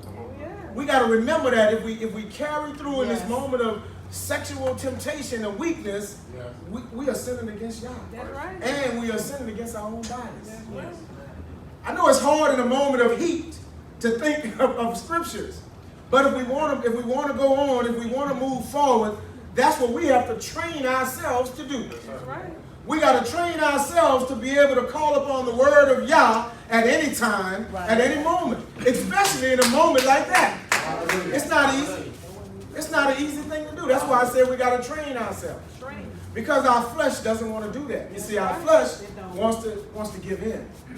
Because our flesh is about the physical pleasure. And that's what it focuses on. So we gotta overcome our flesh with the spirit that is within us. That's right. You know, some months ago, I did a message about living spiritually, walking spiritually, walking in the spirit. And if we say that we're children of Yah, and if we say that we're growing, we got to be walking in the spirit all the time. And even because you're in the spirit doesn't mean that you won't have times or moments of weakness. That's right. But the good thing is, the blessed thing is that we have that spirit that we're walking in. That thought gonna come into your mind to do the right thing. Now, will you listen? Will you listen or will you turn against it? Think about it. Every time you probably think of doing something you shouldn't do, you thought that you shouldn't do it. That's true. But you do it anyway. Right. Like the father not watching. Like he don't see it. Like you think you can just get away with it, right? And as I said, we're all guilty of that. That includes me, so don't think I'm just trying to say anything. Because we all live in the same life. We all walking in the same path. And so we got to encourage each other. We got to say these things to each other so that we can be strengthened by them. Yes. It came about as she spoke to Joseph day after day. So look, she was trying to wear Joseph down. Ain't no telling what she was doing in there with Joseph, right? But it said day after day that he did not listen to her, to lie beside her, or to be with her. Now it happened one day that he went into the house to do his work, and none of the other men who usually there was there. Look at that. He probably should have already turned around right at that spot, right? Because he should have thought, he probably could have knew that something is up, something is not right. This is not how it is every day. They weren't inside. And at that moment, Potiphar's wife caught him by his garment, saying, lie with me. And he left that garment in her hand. So I want you to know that what Joseph did was he took out running. Look, he ran so hard, she just ripped the clothes off. She had his garment in her hand and Joseph was gone outside. Because he knew. See, that's what we got to do, because he knew that if he stayed there, that the flesh might overcome his spiritual thinking. So he ran, he fled from it, he took off and he took away. And he went outside. Now, of course, we know the rest of the story. Potiphar's wife then tried to claim Joseph tried to rape her, molest her, or whatever was going on. Look. And what happened? Joseph was thrown into prison, I believe. But all that was for a purpose. If you read on in the story, Joseph was thrown in prison so that something greater could happen. So that the father. So look, Joseph, it might seem like a bad thing because he refused and got cast into prison, but look how the father blessed him due to his obedience. Now suppose Joseph wouldn't have obeyed, we'd be in trouble now. Because what Joseph did has an impact on where we are right now today. You got to understand that. See, we are connected to this word. These aren't just stories. These are our heritage. This is our life. This is our life. we must look for the purity of heart and not to the lust of the flesh during that courtship. We must not be overtaken by smooth words. Ladies, I know they got some smooth talking dudes out there, right? I used to think I was one of them. Notice I said I used to think I was. I'm not sure whether I was or I wasn't, but I used to think I was anyway. Or we can't allow physical attraction to be the determining factor in who you're going to be with. I am speaking to the children of Yah and not to those of the world. Because if it was those of the world in here listening to me right now, they probably would have left by now. They probably would have turned around and left. So, now let's talk about the marriage itself. Genesis chapter 2. So now we're through courtship, and we're on to marriage.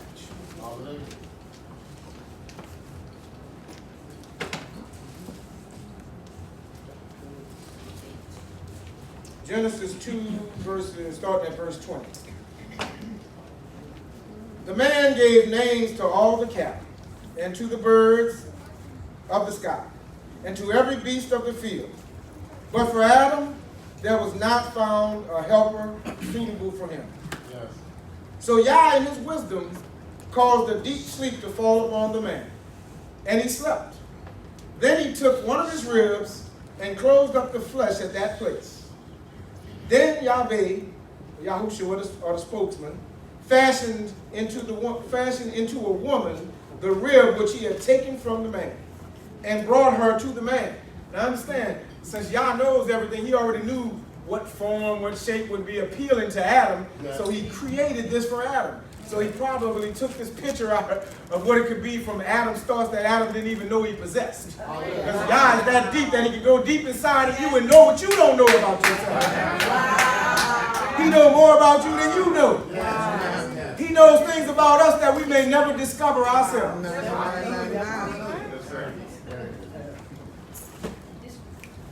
The man said, "This is now bone of my bones and flesh of my flesh.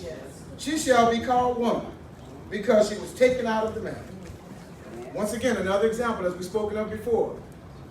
Yahweh, the Father, took the Son, Yahushua, out of himself. And he showed us this in this act right here. Right. See, like I said, it doesn't leave us not knowing what's going on. He did it right here on a different level for us. For this cause, a man shall leave his father and his mother, and shall cleave unto his wife, and they shall become one flesh. So understand that. So now you got a wife.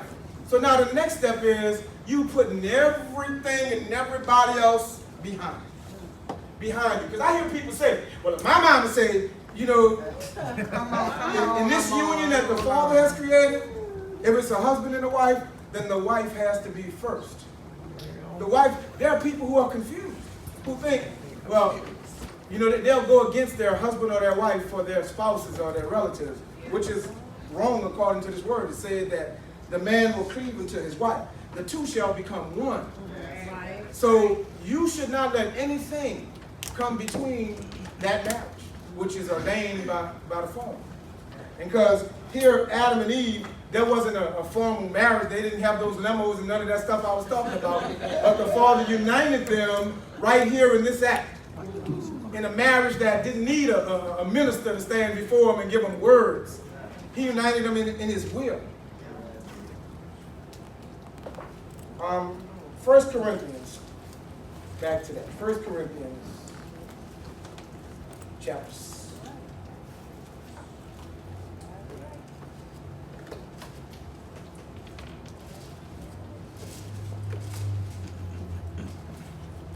So, we love our parents.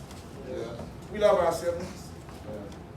But eventually our deepest love should be for the husband or the wife that the Father gives us. That should be our, I'm not saying that you should just forget about your mother or your father or your siblings, but I'm saying that your loyalty should be to your spouse. Yeah. That's right.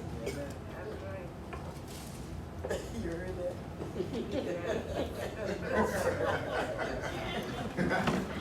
Yes, that's so true.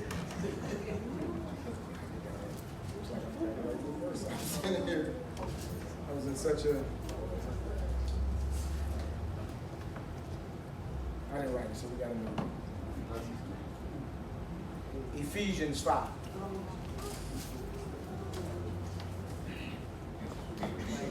Ephesians 5, 22, starting with 22.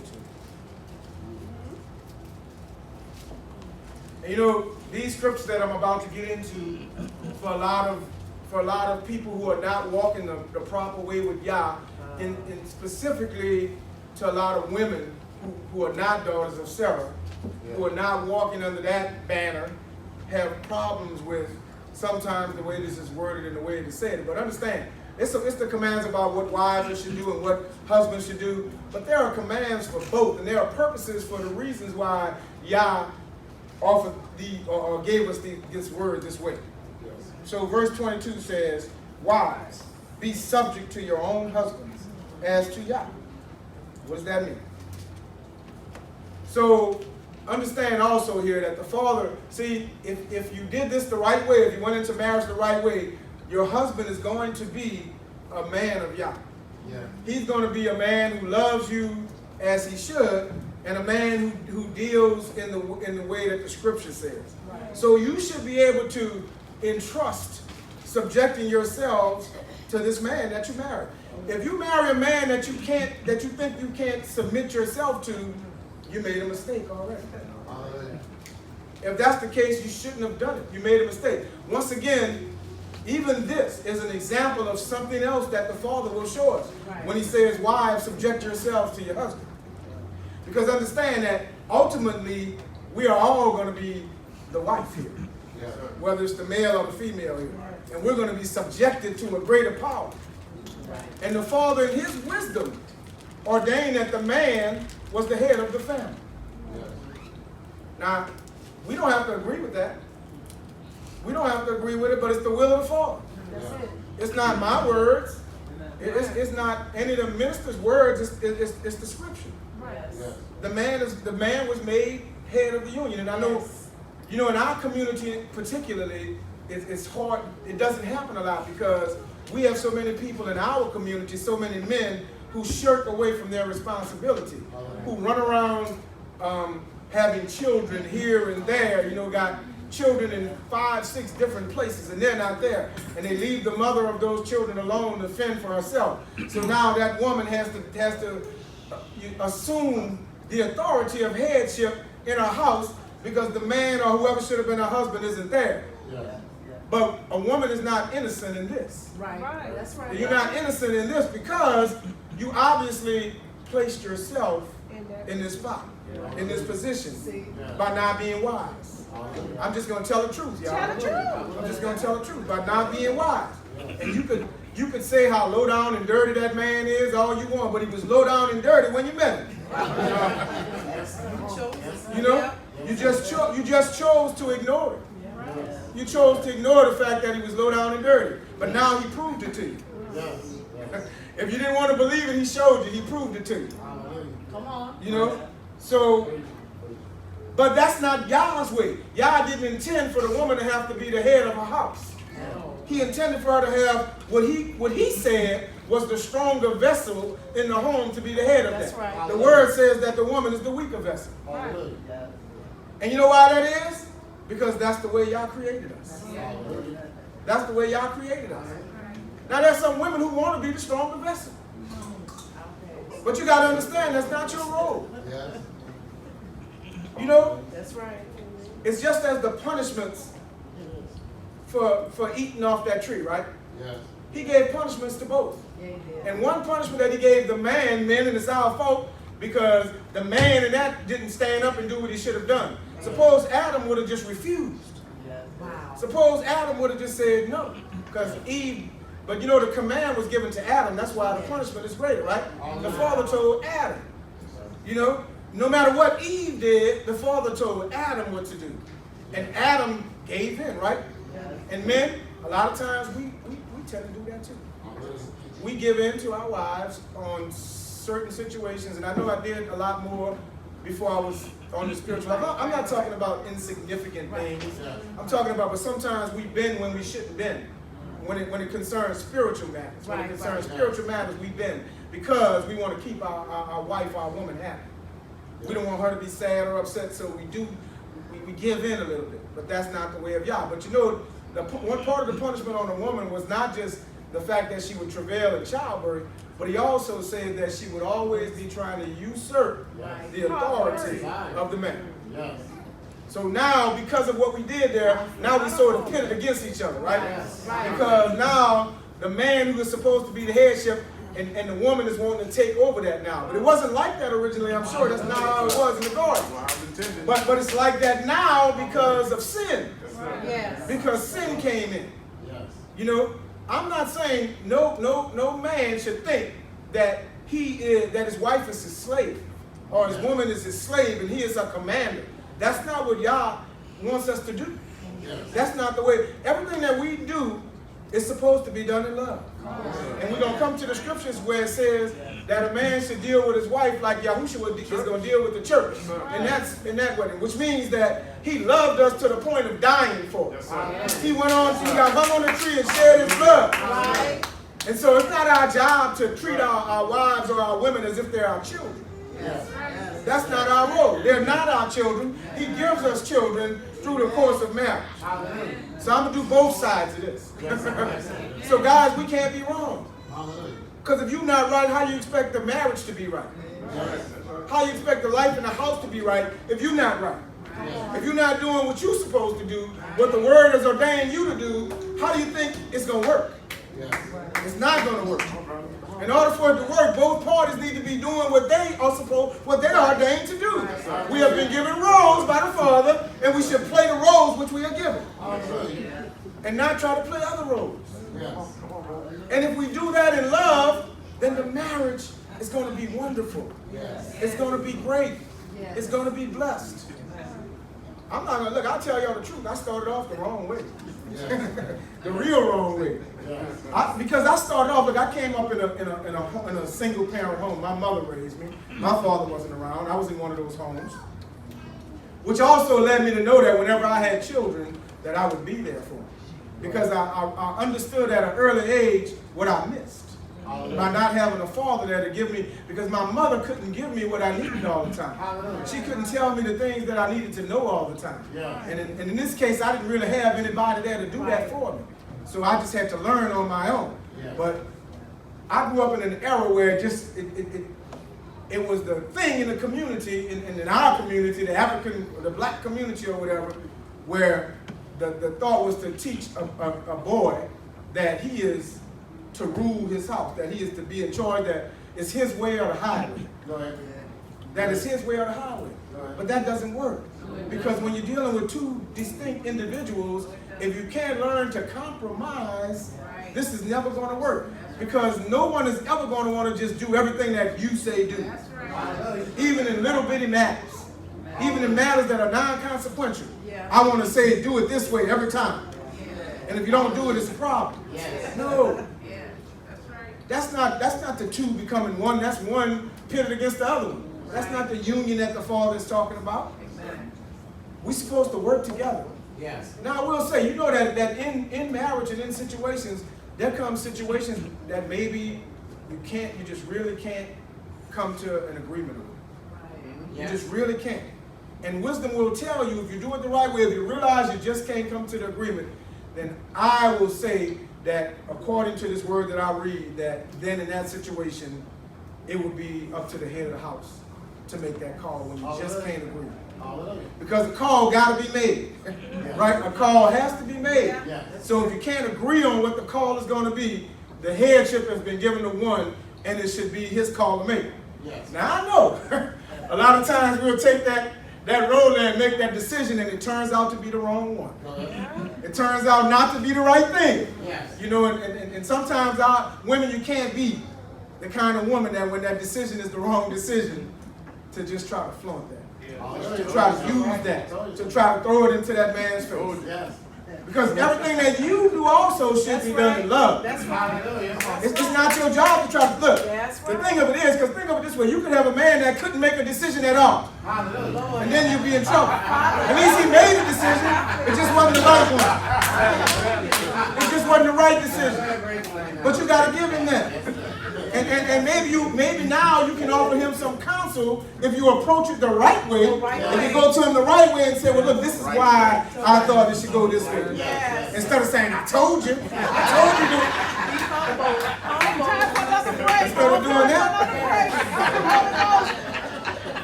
Because what does that bring about? It doesn't bring about anything good, right? It just causes further separation. Because now the man is angry. Right? Yes, sir. And man, sometimes, you know, when our wife is saying something, maybe we should listen sometimes. Maybe we should listen. Maybe we should at least listen to what they have to say. Yes, sir. I'm not saying you're going to go with it. I'm saying maybe you should at least listen and consider it. Because sometimes we're to the point where we don't even want to listen. We don't want to hear it.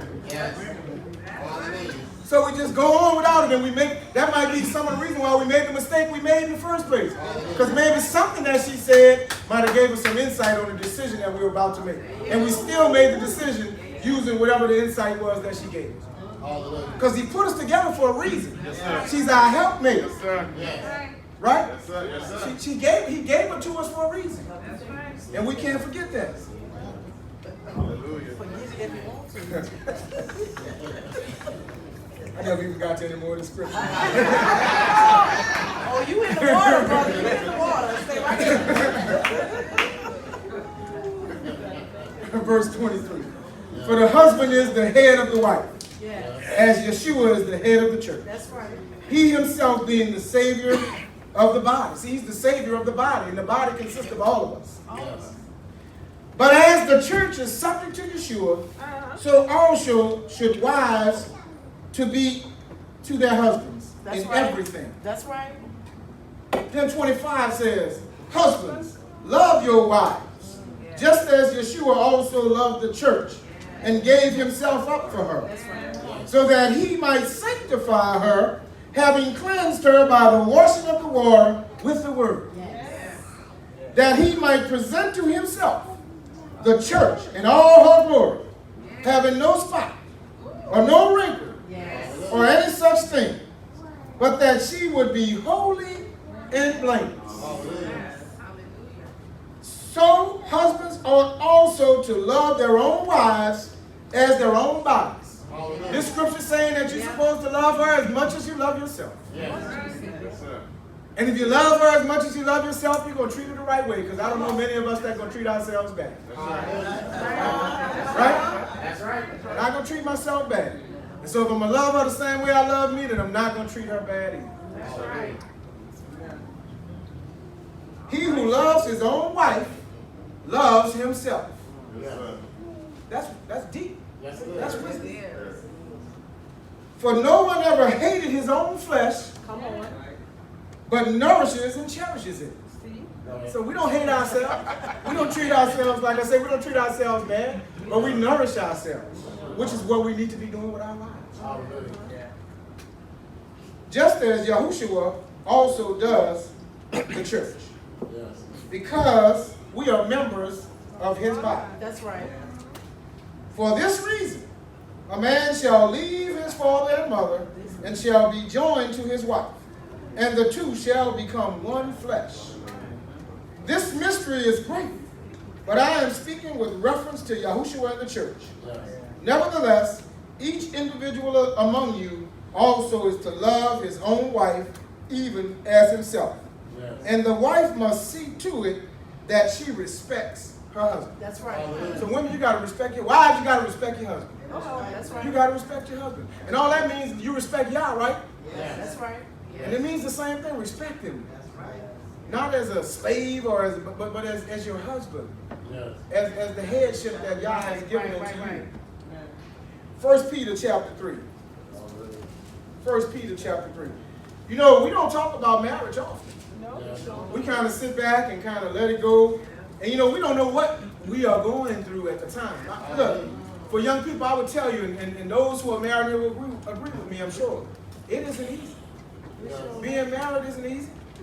It's difficult. It is not a game. And it's difficult because what you have is two separate people who have their own minds, who want what they want, Yes. trying to be together in the middle.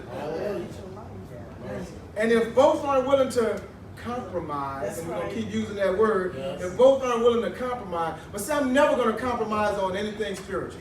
I'm not compromising on that. So that's not going to be a compromise.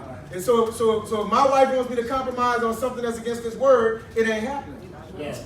But I'm going to explain to her in love why it's not happening. I'm going to go get the word and say, listen, this can't be. This can't be. Because it's against the word of Yah. It's not because I just don't want to do it, it's because I can't do it. 1 Peter chapter 3, starting at verse 1. In the same way, and it's covering the same subject, you, wives, be submissive to your own husbands, so that even if any of them are disobedient to the word, listen at that. So you still need to be submissive to your husband, even if he's disobedient to the word. As long as you're obedient to the word, you got something. Right. You got something. Right. As long as you are obedient to the word, you got something to hang your hat on, to hold on to. You got something. Not worried about what that is over there with him, but you got something to work with. Because they may be won without a word by the behavior of their wives. What? It's true. Yes. And I'm repeating that again. That they may be won without a word by the behavior of their wives. And I will tell you that in my own marriage, and she might not appreciate that I would say it, but I'm going to say it because it's for the edification of the saints. And because she's not here.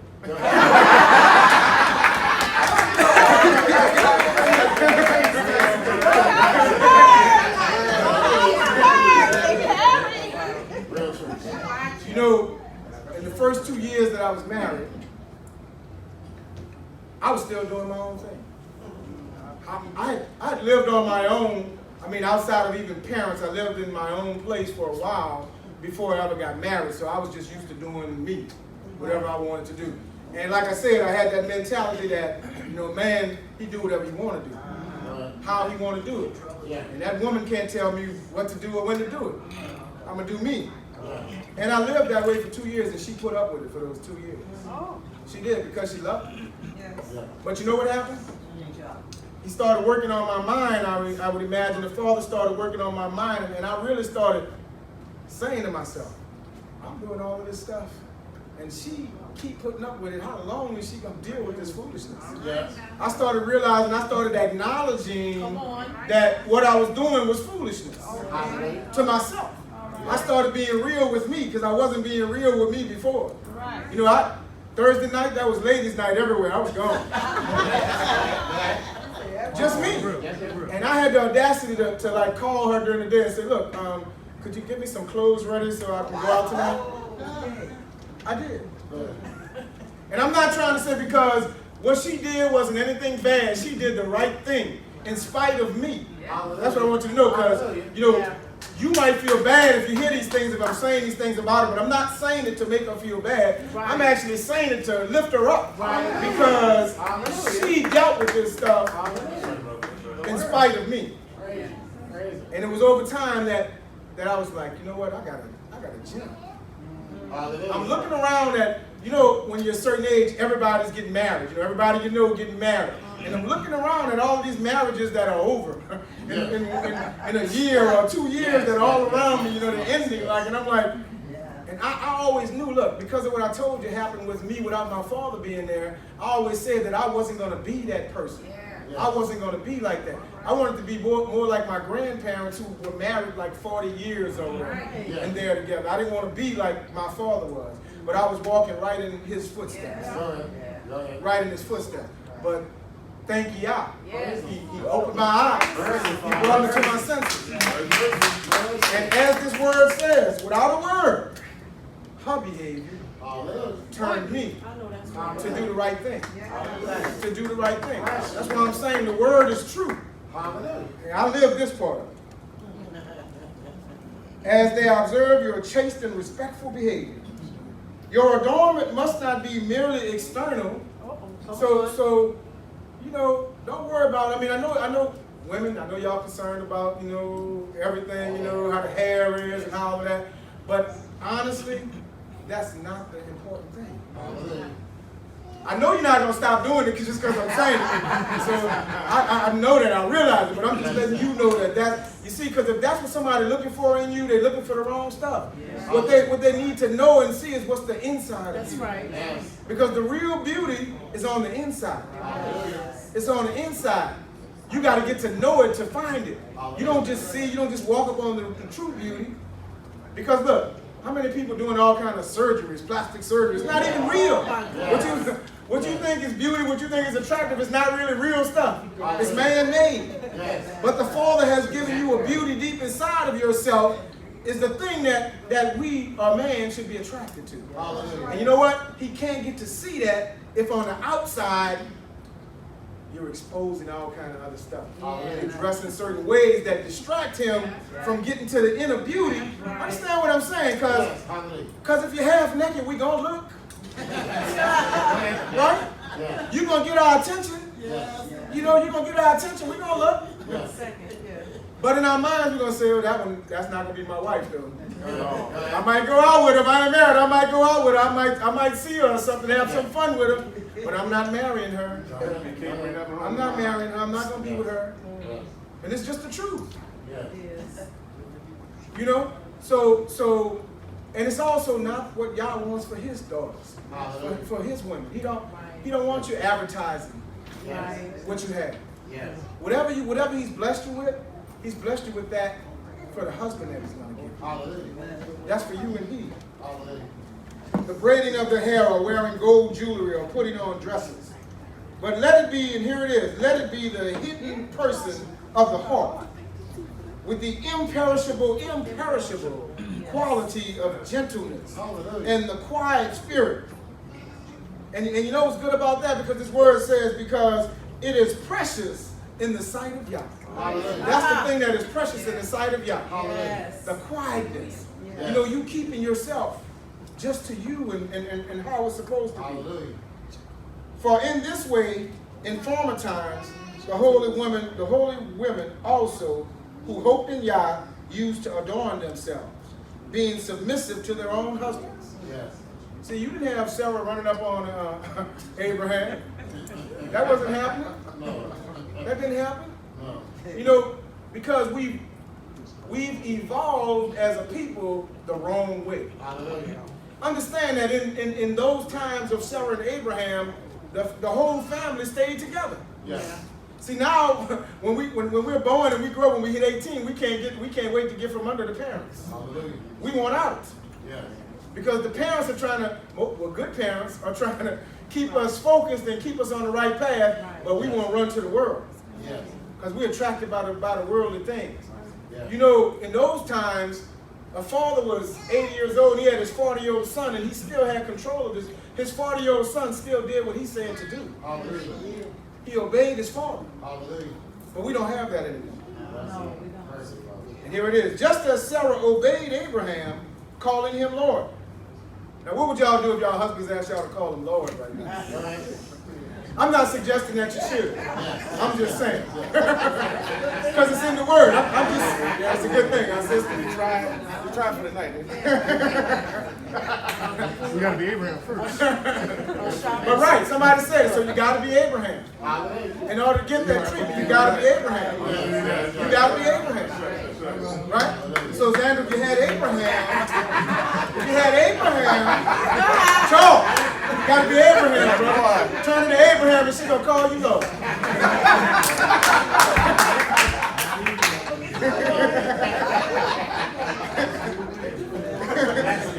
Just as Sarah obeyed Abraham, called you Lord, and you have become her children if you do what is right, without being frightened by any fear. See, you can't worry about what the rest of the women in the world say. That's the biggest mistake, because they listen to, a lot of women listen to what the other women got to say. They tell you about your husband, right? But they ain't got no husband. They tell you how to deal with your husband, but they don't even have one. They're the experts, right? Girl, you shouldn't let him tell you that. Don't let him do that, right? And the reason why they don't have one is because they didn't let him do that or tell him that. And they are lonely and miserable, and that's what they want you to be also. See, they're acting like they're trying to lift you up, but they're trying to drag you down. They're trying to drag you down. They're trying to drag you down by telling you to go against the way that Yah has told us to go. They're trying to get you to go about the world. That's why you shouldn't let anybody into your relationship, right? Because if you go to work talking about your marriage and your relationship with those people, you letting them in. You open the door for them to tell you whatever they want to tell you. And guess where they get their guidance from? The evil one over there. Who's trying to destroy the marriage that Yah ordained in you and in your home. Don't let Satan win. If you go about it the right way, you will win. We will win together. You husbands likewise live with your wives in an understanding way. Live with your wives in an understanding way. Understand that she's the weaker vessel. Understand that women tend to be led by their emotions, and understand that we got to deal with these emotions. I've been married 35 years, y'all. And it wasn't easy 35, but I learned some things along the way. I learned what I got to deal with. See, I can't just blow off those emotions. I got to deal with those emotions. I got to hear it out. I got to deal with it. I got to understand. It's the truth. I got to understand. If you want peace in your house, get some understanding. And understanding is about women. If you want peace in your house, if I say it again, brothers, if you want peace in your house, get some understanding. Because I promise you this, the emotions are not going to stop you. Because it's their makeup. It's who they are. See, I always label it like this. Men are more logical thinkers, and we try to lead with logic, and women are more emotional. And logic and emotion clashes, right? Logic and emotion are not the same thing. It clashes. But because we love them, we got to understand them. We got to hear them out. I know we're guilty of that, not wanting to hear stuff, you know. Even if you got to hear it, you know, more than you want to hear it, or you know, you got to hear it. Honestly, the guys, sometimes you know, if you have words, and I know I was like this, if you have words, once the words are spoken, I'm done with it. You know, it's over in my mind. I'm walking on from it. But a lot of times that woman is not done with it, right?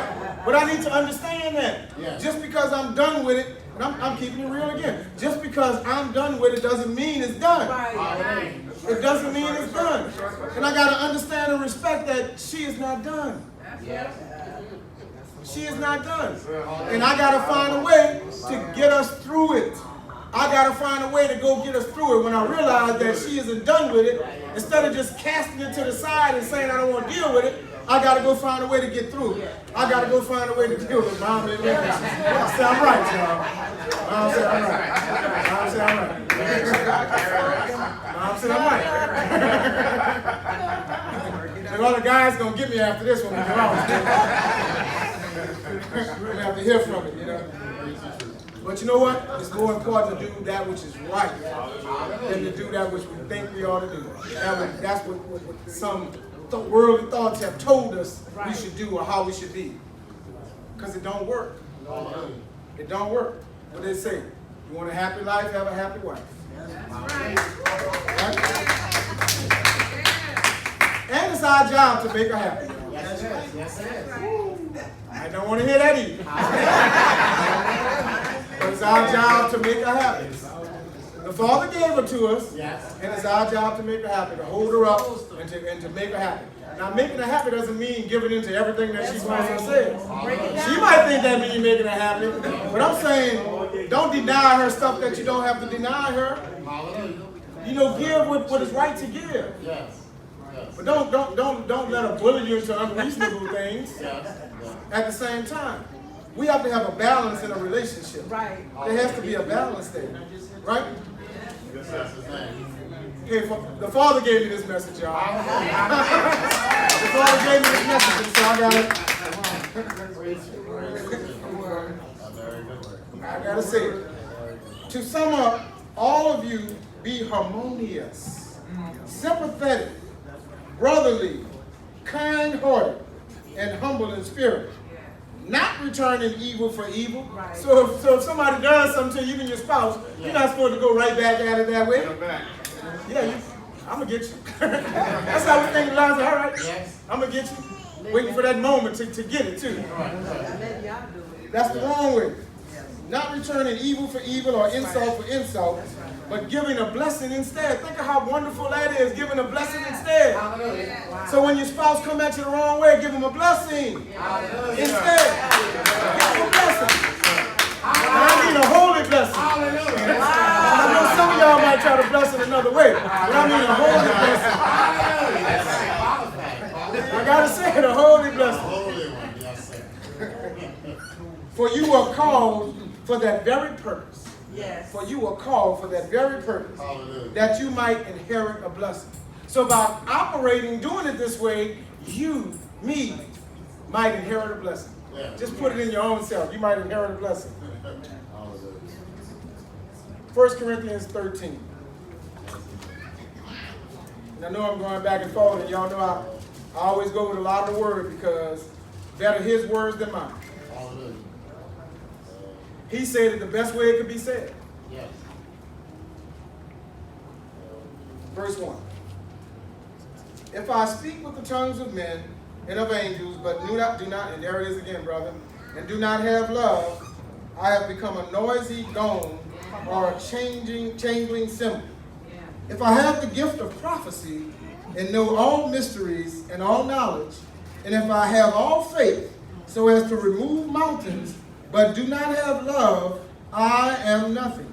Yes. And if I give all my possessions to feed the poor, and if I surrender my body to be burned, but do not have love, it profits me nothing. Yes. And this is what we got to understand, both husbands and wives. Yes. Love is patient. Yes. Love is patient. Yes. No, it really is patient. Right? So that's what we got to be. If we say that we love, and if we say that we love him, right? Right. Who we cannot see, as the word says, we're going to love the one that we live with, who we look at, who we share a bed with, we're going to love them. We got to be patient. We got to be patient. And what does that mean? It means patient beyond whatever. Hallelujah. We got to be patient enough to get the job done. Yes. And that might mean going the extra 9, going the extra mile. Yes. But we got to be that patient. Love is kind and is not jealous. Hallelujah. See, if you have a real love, if there's a real love in a marriage, there's no need to be jealous, right? That's right. There's no need to be jealous. Because if I love you and you love me for real, we're not doing any of the other foolishness, right? That's right. We dedicated to each other, so we don't have to be jealous. That shouldn't even be a part of our marriage. That's right. You know, if your marriage is right, jealous should not even be a word that comes up. Yes. You know, love does not brag, right? I'm right. Yes. It's better to be loved than to be right. Right? Yes. And it is not arrogant. It does not act unbecomingly, and it does not seek its own. So if I love you, I'm seeking the best for you, not necessarily the best for us. The best for us. I'm giving more consideration to what you feel than what I feel. That's what love is, right? Because that's what the Father does to us. He gives more consideration to where we're going than where we came from. Or maybe even where we at right now. Because he see the end of it. So he still, because if he didn't, he'd be going from us. We'd be left alone. It is not provoked. So in love, we don't provoke each other. In marriage, we shouldn't be provoking each other. And married people know exactly what provokes each other. No one knows better than those partners. They know what to say and how to say it. And to get it started. But love does not provoke. It does not. If you say you love him, don't provoke. And you'll have peace. It does not take into account a wrong suffered. Love does not take into account a wrong suffered. So sister, when you think he did you wrong, or brother, when you think she did you wrong, that don't stop you from loving her. No, sir. That don't change the love. That don't change the way you treat her. Because you felt she did something wrong to you. That's when the love is proved in a moment like that. Yes, sir. That's when you prove to yourself, I must love her because I'm dealing with this, right? Or I must love him. Because if you didn't, you'll probably walk away. You'll probably walk away. It does not rejoice in unrighteousness, but rejoices with the truth. It bears all things. It bears all things. Believes all things. Hopes all things. Endures all things. We got to endure all things. That's how this works. This is what the Father had in mind with this union of the man and the woman. He didn't put us together to be enemies. That's not what we are. You sleep in that room, I sleep in that room. You upstairs, I'm downstairs. We don't talk. They got houses like that, y'all. People live in houses this way. They don't even speak to each other.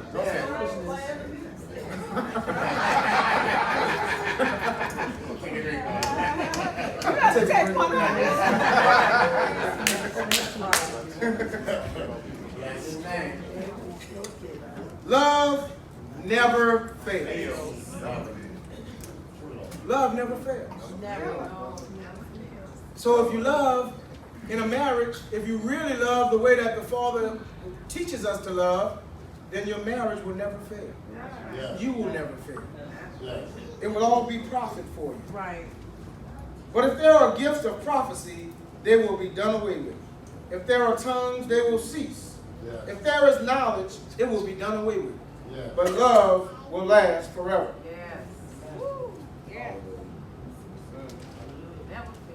Matthew chapter 22. That's going to be one of these parables. We'll pray real quickly.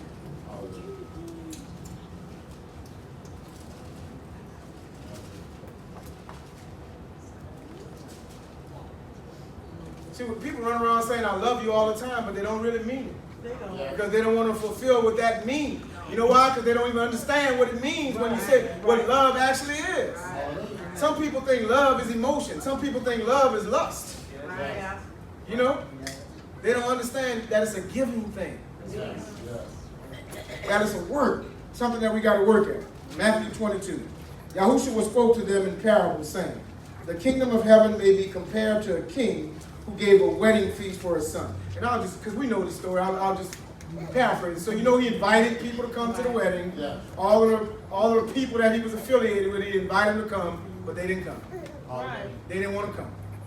Right? And then he tried to force them to come. He sent out his soldiers to go get them and bring them, and they killed them. So then he just brought in those, he just invited everybody else. Okay, look, they don't want to come. I'm having this wedding feast. Everybody come in. And people came into the wedding. And was supposed to be, because when there's a wedding, especially this magnitude of a wedding, like the marriage supper of the Lamb, when there's a wedding of this magnitude, as I said before, you got to be prepared. You got to be properly adorned. And by that I mean, in this case, the marriage supper of the Lamb, your spirit has to be properly adorned. Your spirit has to be on the right level in the right place to be a guest at that wedding, right? Because here in this physical wedding, and this is what he's trying to tell us, y'all. You see, these parables are for a reason. He told the disciples, I speak in parables because they don't understand. He didn't want them to understand, but you should understand. We here are like those disciples. We should understand. We should understand the parable when we read it. If especially those of us who have been on this path a long time, we should have grown to be able to get a meaning, a real meaning out of it. And so I think at the end of it, it came down to some guy who was at the wedding who wasn't dressed properly. He didn't dress right. He came into the wedding, which was disrespectful or whatever. And it said that the king told his servants to bind him hand and foot and throw him out into the outer darkness, in that place where there will be weeping and gnashing of teeth. For many are called, but few are chosen. So we got to get our spirits right. So now we're transitioning from the physical marriage to the spiritual marriage. We got to get our spirits right so that we can partake. You know, we read this count, right? And we say every time, for the blessed marriage supper, that's what we're looking for. That's what this count is about. We counting up or down to the marriage supper of the Lamb. But are you going to be there? And if you're there, are you going to be dressed? Are you going to be adorned properly spiritually? Or are you going to be cast out because you're not adorned properly and be with the ones where there's gnashing of teeth and weeping? Is that your destiny? Y'all forbid. So while you still have breath in you, while you're still alive, while you still can do, because once you're gone, you can't do anything about it. While you still have breath in you, gravitate to that which is right. Study this word, learn this word. Revelations chapter 19. Revelations 19.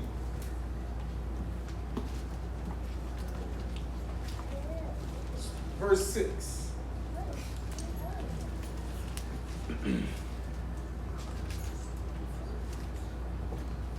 Then I heard something like the voice of a great multitude, and like the sound of many waters, and like the sound of mighty peals of thunder, saying, Hallelujah! Hallelujah. For Yah Elohim, Yahushua, Moishak, the Almighty reigns. Let us rejoice and be glad, and give the glory to him. For the marriage of the Lamb has come, Hallelujah. and his bride has made herself ready. Hallelujah. And as I said, we are the bride. Are we ready? He's coming back for a bride. Yes. We part of the bride right here. Are we ready? Hallelujah. It was given to her to clothe herself in fine linen, bright and clean. For the fine linen is the righteous acts of the saints. Yes. Or do we have the fine linen on? Hallelujah. Then he said to me, Write, blessed are those who are invited to the marriage supper of the Lamb. Yes. And he said to me, These are the true words of Yahushua. Then I fell at his feet to worship him. But he said to me, Do not do that. I am a fellow servant of yours and your brethren who hold the testimony of Yahushua. Yes. Worship Yah, for the testimony of Yahushua is the spirit of prophecy. And I saw heaven open, and behold, a white horse. Yes. And he who sat on it was called Faithful and True. I'm true. And in righteousness he judges and wages war. Hallelujah. His eyes are a flame of fire, and on his head are the many diadems. And he has a name written on him, which no one knows except himself. We're going to know that name one day. Hallelujah. We don't know it now, but we're going to know that name. He is clothed with a robe dipped in blood, and his name is called the Word of Yah. Hallelujah. And the armies which are in heaven, clothed in fine linen, white and clean, are following him on white horses. Yes. We're going to get us a white horse. Hallelujah. We all going to get us a white horse. We're going to get us a white horse to follow him as he leads us into battle. Hallelujah. From his mouth comes a sharp sword, so that with it he might strike the nations, and he will rule them with a rod of iron. And he treads the winepress of the fierce wrath of Yah the Almighty. And on his robe and on his thigh he has the name written, King of Kings, Yes. and Lord of Lords. Yes. Then I saw an angel standing in the sun, and he cried out with a louder voice, saying to all the birds which fly in mid-heaven, Come, assemble, for the great supper of Yah. And we know what that is. That's the falling of those, the evil. Yes. They're falling. And Pastor preached it before. They're going to be food. Hallelujah. They're going to be on the table. On the table. Not at the table. Hallelujah. They're going to be on the table. So, as we consider the marriage supper of the Lamb, remember to consider the physical marriages that Yah gives us, which are an example of how we have to be to become a bride. Yes.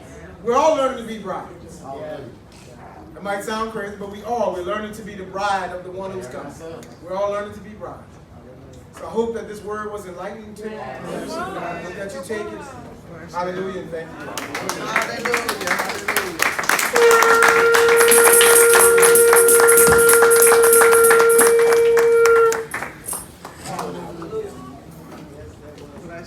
Let's give that another hand clap. Hallelujah. Hallelujah.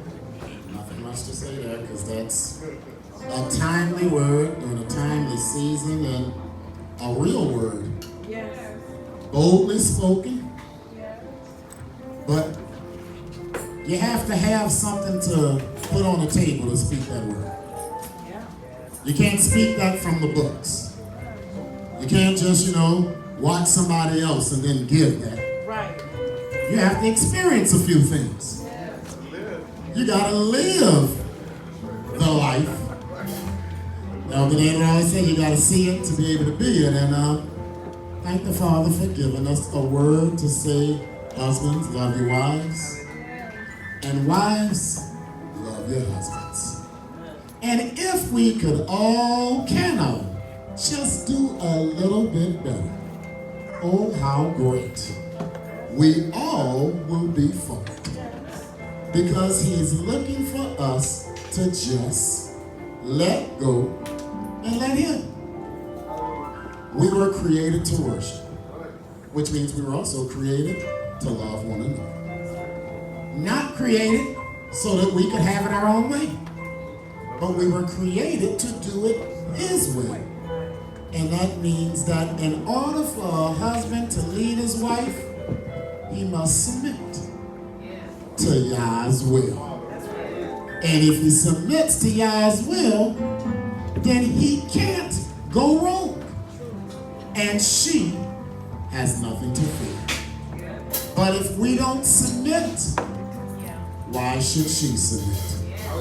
Hallelujah. Let's give it for another hand. Hallelujah. That's his name. Last week, Sister Lana said in our dance, 7 couples, and that's a blessing. And one house of prayer, and we don't just have 7 couples. We got couple 8 right there. We got couple number 9. Brother Wine was here somewhere, and that's fine. Hallelujah.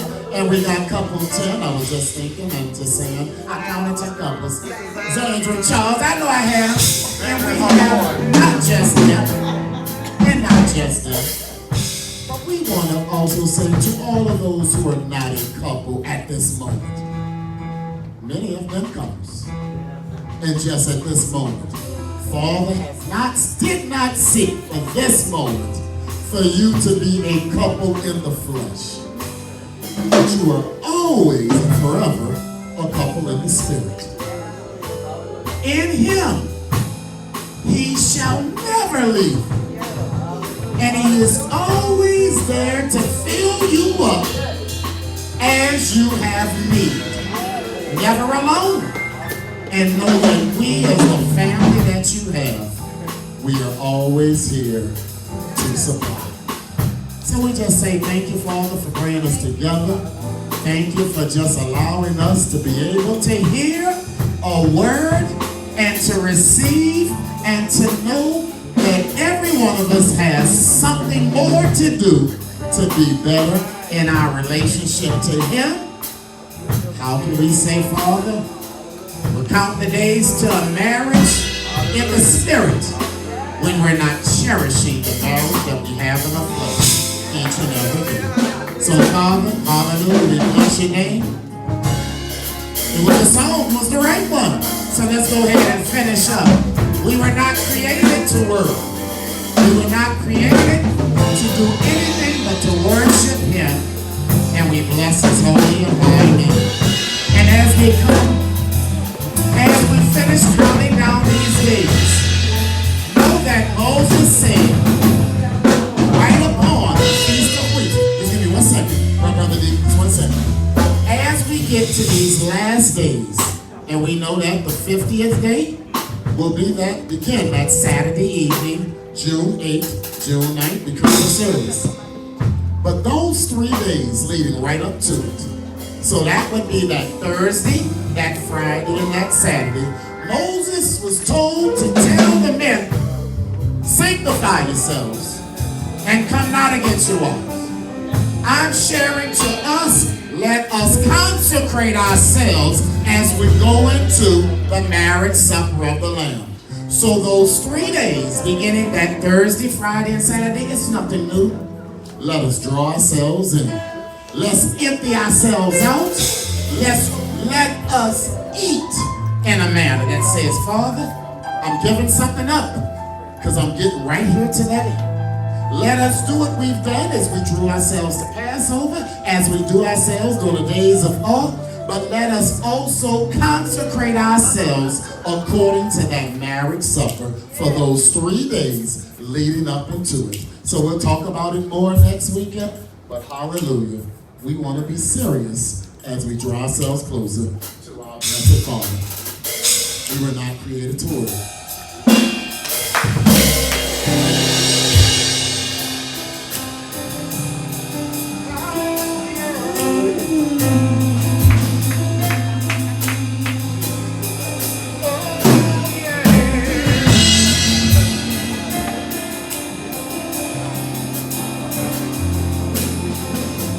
Come on, saints, you know the song.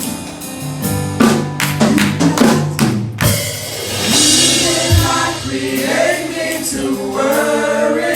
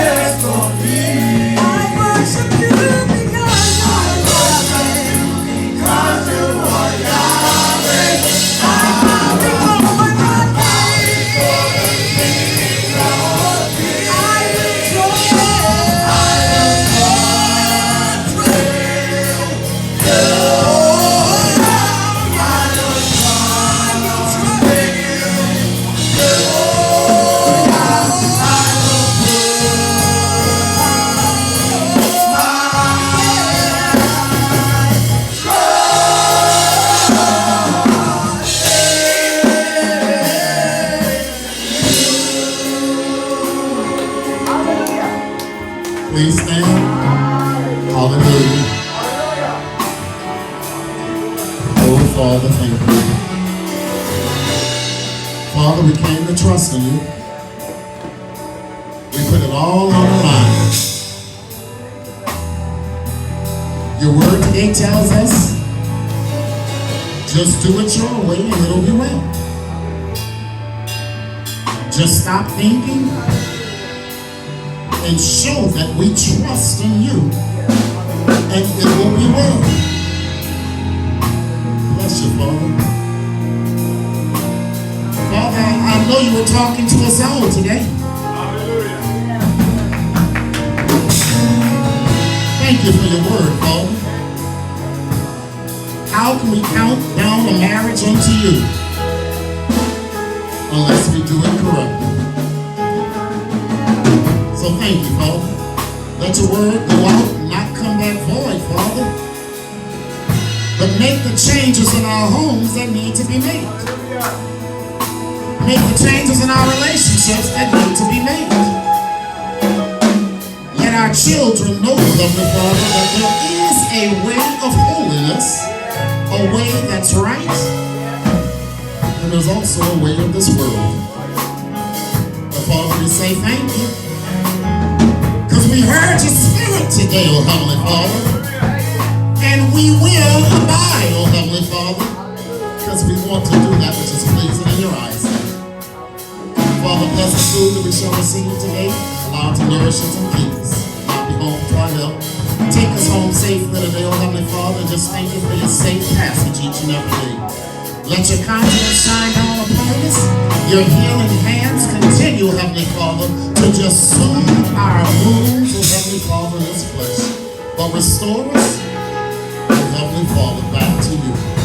Father, in the name of your darling Son, Yahushua Mashiach, one more day we say, Hallelujah! Hallelujah! Hallelujah! When I say to one, I say to all, watch and pray. In Yeshua's name,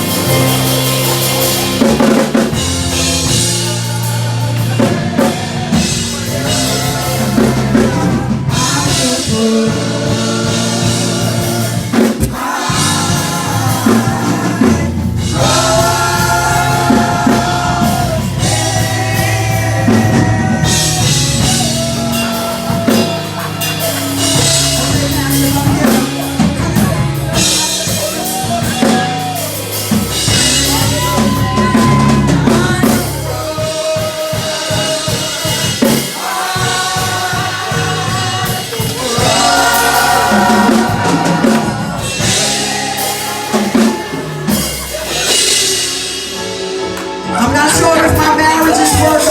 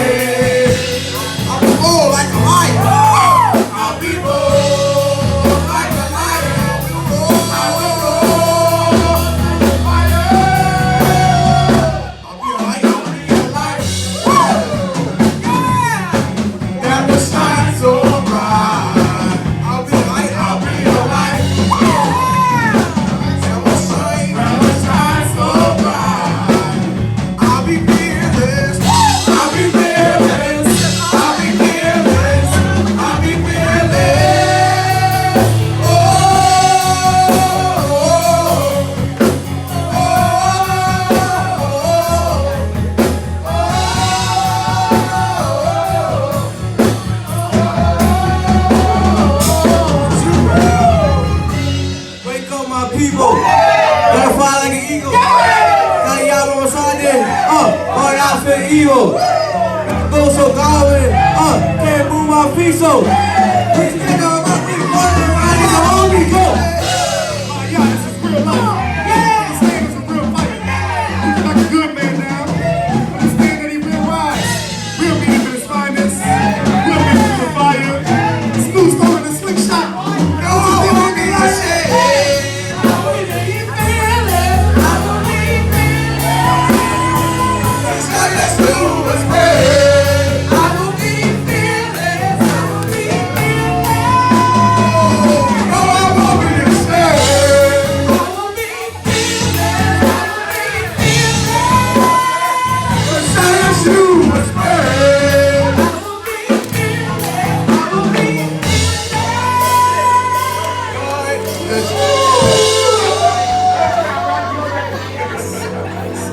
This is a singing church.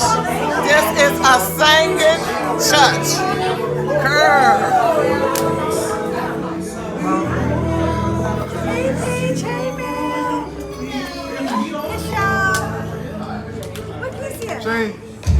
Say hey, Melody. With the big cousins that went so far. Shalom, Mo.